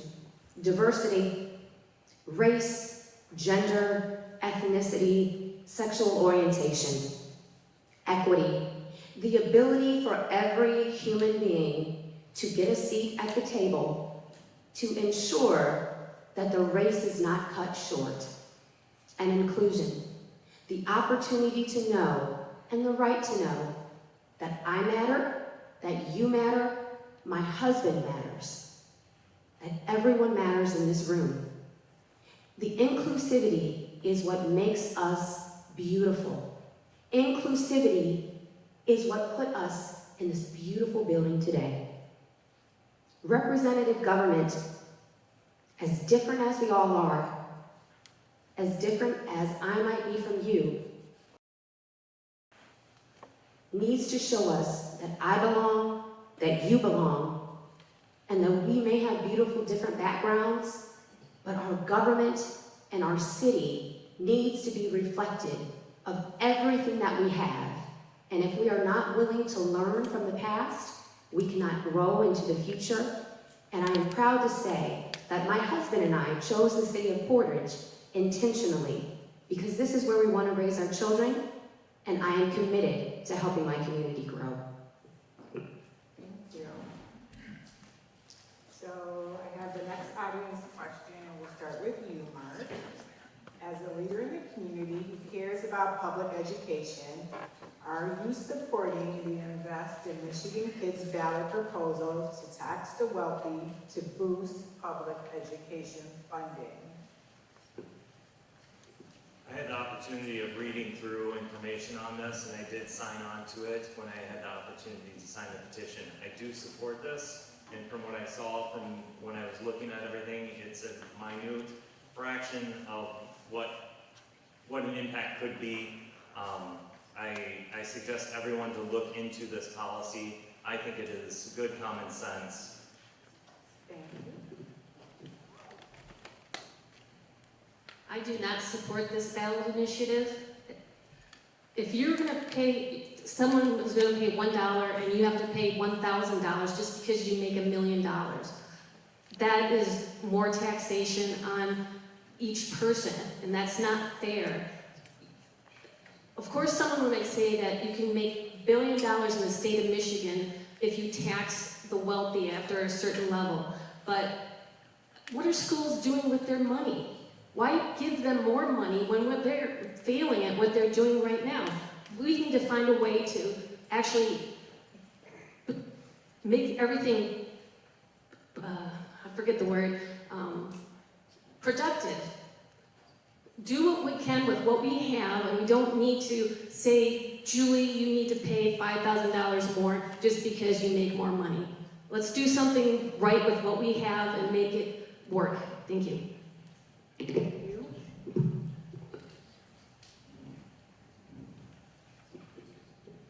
I'll be absolutely honest, the first time I heard about this ballot initiative was when the question was asked to Mayor Randall in the earlier session, so I cannot answer the question. I'll have to look at it, and if I have a chance, I'll post a response on my Facebook page. Thank you. Thank you.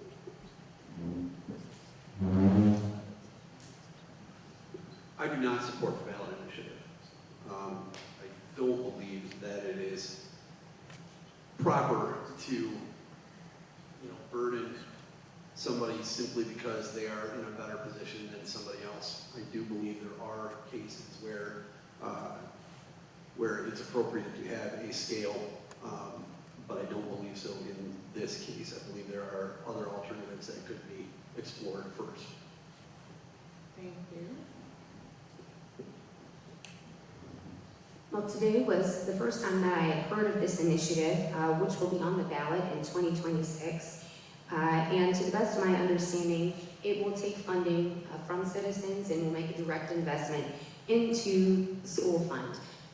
Being the lifelong learner that I am, someone who is proactive, and I seek to ensure that I have the best information possible to be productive in my decision making, it would not be appropriate for me to make a decision or a statement on this in the affirmative or the negative.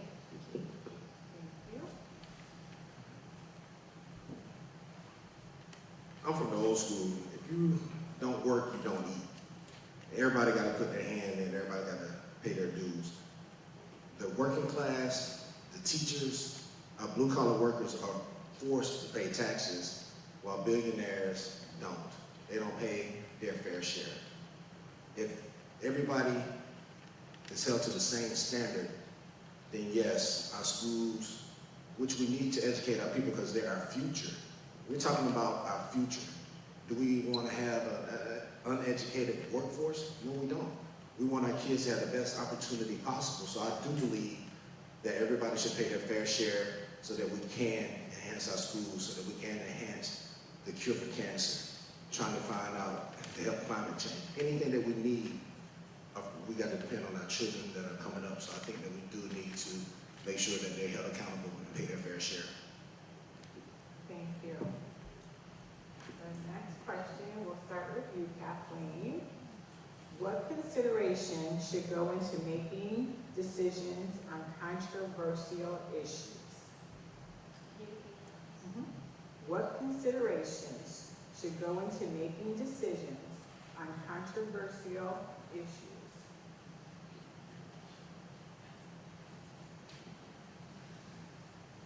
Group forum, you need input from many people, not just yourself. So you would have to be out there a good sampling of what other ideas are out there that we could actually, what needs to be done, what does controversial mean? What is controversial? Why is this issue being discussed?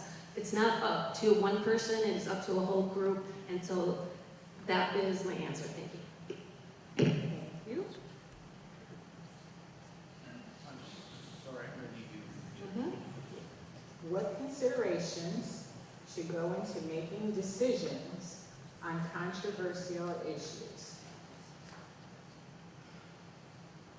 A council member, a woman I served with a number of years ago, had a quote that I use and I like. And it is that just because we don't agree with you doesn't mean we didn't listen to you. When folks are on multiple sides of an issue and they don't get the result that they believe they should have, they think that we didn't listen. It's not true. We listen to them. But we also listen to our experts on our staff. We listen to other information and statistics that we may have gotten from a multitude of things. A couple of examples. The single hauler is an example. We've been talking about that on council for at least 15 years. This is not a new thing. This is not new information.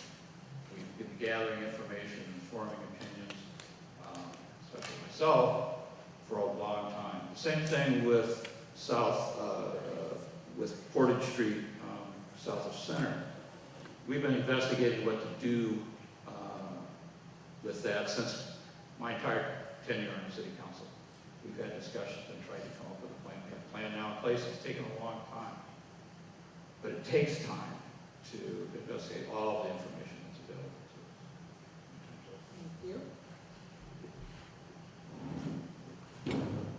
Well, public servants, public representatives, they are fiduciaries. They have an obligation to act in the best interest of the citizens of the community. And the considerations on controversial issues has to be the due diligence process, the investigation, everything that goes in it, crossing all the T's and dotting all of the I's. And a lot of it is going to play into what the controversy is and what the consequences are of the action. I mean, there's some folks that are going to think that if you build a fence too close to a sidewalk, that's a controversial issue. Well, that's not really a controversial issue in the city. You know, maybe for you know, somebody's neighbor, but when something has a broad impact and effect on the business community and the citizens, such as the waste ordinance, I believe there's a lot more due diligence that needs to happen, a lot more transparency, and a lot more public inquiry than did happen. And it has caused damage between the relationship between the city and its citizens. Thank you. Education, that means being prepared, working with experts who are knowledgeable in the field depending on what the said controversy is, preparation ahead of time, doing your due diligence as a council member to understand the full scope of either what is being asked of me as a council member, what is being asked of the planning commission, a zoning board of appeals who will bring it to us, understanding the whole issue, transparent procedures, and utilizing uniformity will ensure that the decision-making that is made is not one that simply usurps the authority of one council to the next, and so that one is looking off without having any firm basis for that decision-making or groundwork to look back on. And also ensuring that we are thinking proactively about the decisions that can be made and how that might impact citizens. And lastly, having representative and knowledgeable voices to be able to thoughtfully, with concise ability, talk through the issues, because that will be the deciding and key factors in how we are able to make some of these decisions and working with our community. And once the decision is made, being there to work through whatever the decision was together. Thank you. I think leaders err when they try to make people happy. You're never going to make people happy with the decision you make. It should be for the betterment of the community, the residents. It should, who will be affected the most and how. These are things, considerations that you need to consider. You need to look at it from a different perspective. If I take this from this person, how would they do this? Because there are always barriers that we have to be mindful of. A lot of us have cars, so we can easily go to Meyer or Harding's and shop. But what if you use public transportation? What if you have to depend on the bus? How do you carry all your bags? Do you get everything you need, or you just get something to hold you over? So when you make decisions, you have to look at it from the other person's perspective as well. And when I do it, I make sure that I sleep well at night because, again, I do all those things. And it's not an easy decision. Trust me. Sitting out there, y'all got all the answers, but when you're over here, you got policies and things you got to deal with, and it's a different perspective. When I was a police officer, I always said, why don't the chief do this? But then when I got more information on what the chief had, and when you sit in that seat and you got to pull that trigger and make that call, you look at things differently. But again, you have to be equitable across the board to make sure that nobody's affected intentionally. Thank you. So I really appreciate this question. Thank you for whoever asked it. One of the big things that we can do is we'll go back to DE&I, diversity, equity, and inclusion, making sure we have a diverse set of opinions being brought in, equity in those opinions being heard, and inclusion of as many people in the community as possible. Controversial issues that do come up, like one recently that did, my suggestion was that it be put to a citizen ballot, especially if we have information that says that the citizenry, however it may be, might not be as happy about the decision that's being made. Speaking of that going forward, if the decision is very unpopular and there's something like set to it, have a revision to that after so many years, especially when a contract is coming up for renewal and engaging the community. We have something that's fantastic in Portage, the mi.portage app. We can retailer this to take better input on policies that have made that were once controversial, to get better citizen input and feedback of decisions that we may have made that caused an uproar in the community. Because the last thing we should be doing is causing division within our community. Again, what I've been saying in almost everything I've said so far is together we are stronger. The more opinions we have when we're making decisions, the better. Let's utilize the tools and resources we have, which include all of you. Thank you. Thank you. So our next question from the audience, and we will start with Terry. Does the city have a role in assisting ICE?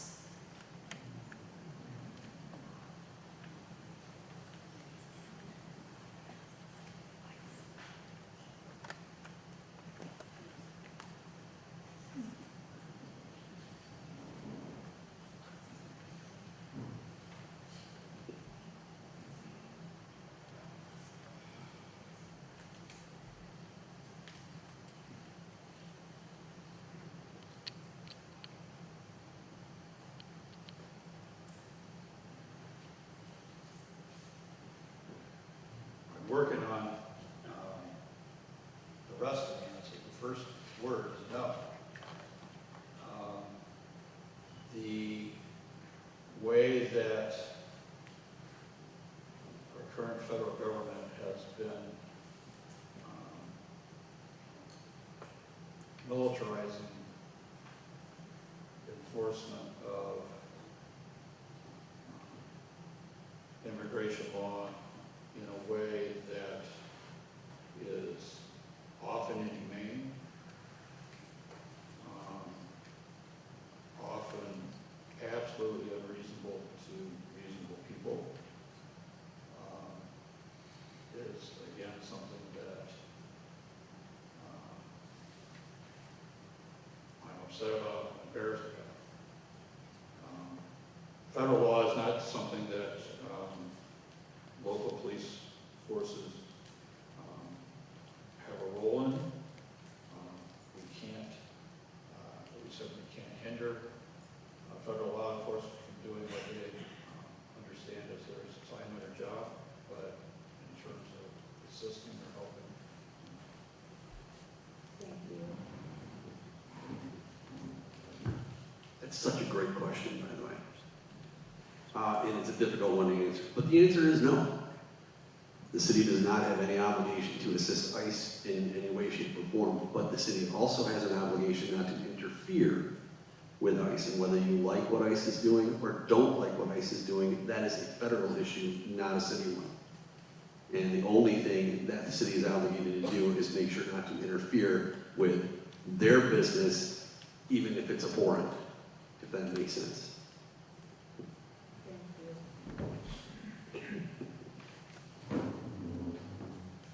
No, the city of Portage as a municipality does not. And the reason for that is because the Michigan State Legislature has laid out specific rules for what state municipalities are able to govern, what states are able to govern, and what the federal government governs. So the city of Portage does not have the ability to have a say either way in terms of the jurisdiction of ICE. Our schools have their own set of requirements and decision-making that they utilize in terms of their processes and procedures, as well as our public safety department. Thank you. Thank you. Absolutely not. If you're not an indigenous American, you're an immigrant. Period. If I came out and started arresting some of you who don't look like me, y'all don't understand it. I'm being real. I like to keep it real. As you sit over here, some people sit over here and think that they are isolated and protected. You're an immigrant as well. And what they're doing with the people that they're rounding up, deporting them and sending them to different places, no. So the answer, no. I do not support it. Thank you. Simple answer is no. This is something that's federal, this is not state, and like what was said previously, we're a municipality within the state of Michigan, we're beholden in that line and order. There's simple order of the city charter. We have the state constitution and the national constitution. I don't see how that fits into any of those specifically. Our police have their own policies and procedures. This is a simple no.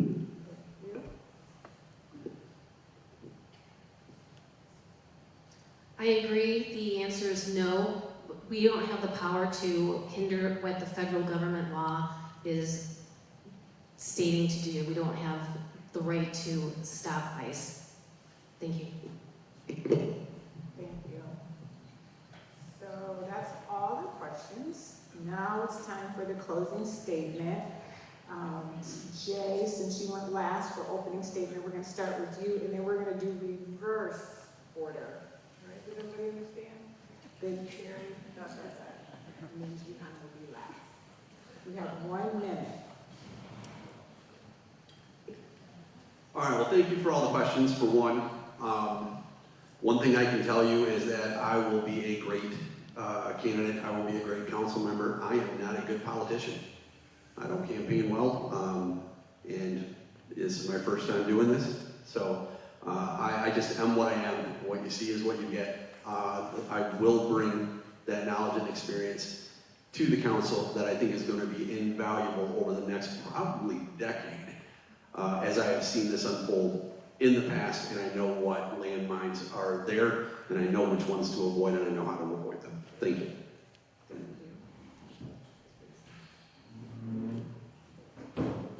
Thank you for coming this evening. Thank you for your attention. Some folks have, every once in a while, somebody voices opinion that, to me, that I've been on council too long, I should get out of the way. As you've heard in my opening statement, I've been doing this a long time. I've served the citizens of Portage one way or another for 45 years. I'd like to continue doing that. And one of the things that my long service brings is the knowledge of what we did talk about 10 years ago, 15 years ago. And some of these problems that we face take that long for us to come to an understanding, a complete learning, and a consensus. And by bringing some of that forward to the newer council members as they come and go, I think I serve a useful role. For my service again, thank you. Thank you.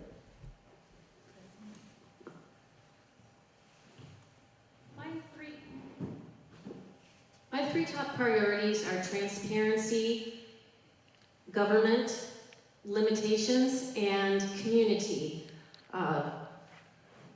We need to keep supporting our law enforcement, our EMTs, our firefighters, and keep focusing on our veterans and seniors. Let's focus on homelessness and mental health. Fix the tornado disaster areas and let homeowners decide what is best for themselves. Again, I have a petition that I will be outside if you wanted to sign to get the single hauler disposal waste on the ballot in May. We're looking for about 4,000 signatures by December 20th. And that would actually give you, the citizens, the right to vote, and your vote not be taken away. A vote for Kathleen Olmsted for Portage City Council, my website is votecat.us, is a vote for a transparent, accountable, and community-oriented city. I will work for everyone in our city. Thank you for your time, and make sure you vote for change. You get the government you vote for. Thank you. I want to thank you all for your time, either watching this online at a later date now or sitting here in the audience. One thing that you probably have seen in everything that I've said is I want to be focused on bringing all of our communities together. Whether you live on the east side of Portage, west side of Portage, in central Portage, or in south areas. I want to make sure that the city's connected for future growth and opportunity. One thing of concern was a statement that I saw earlier this year, and it was a representative saying something along the lines of being happy that something was done, but not going to probably be around to see it happen. I'm looking to be in city council to make these changes and these actions and think about what's going to happen in the future.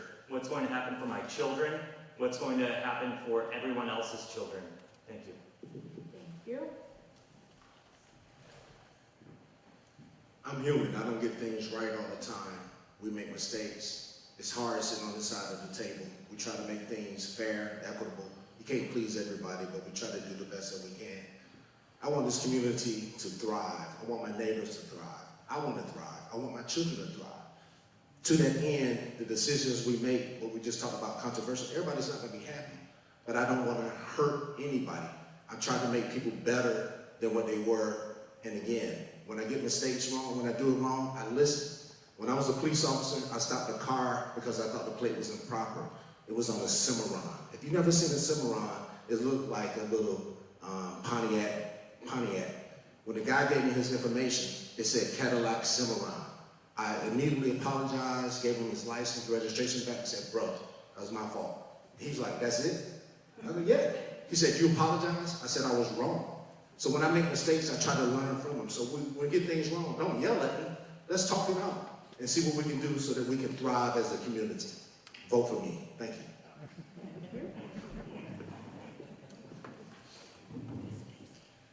In 2021, I had the honor of being appointed to the Human Services Board. And to my term that I am serving through now, I brought my professional experience from JP Morgan, my educational experience from the University of Michigan, fiscal responsibility and strategic thinking. I'm a wife, a mother, I'm a soccer coach. I work with my local Little League on the board of directors. I'm invested in my community. Throughout my time on council, I have worked with my phenomenal colleagues and our amazing mayor to produce 2 years of consecutive balanced budgets, fiscal responsibility that ensured that we were able to transition through the emergency storm of 2024. And now it is time for us to ensure that we move forward Portage together. When leadership listens, acts, and cares, we can navigate difficult moments united, not divided. Thank you. This concludes the city council portion of our forum. We thank our candidates for their participation.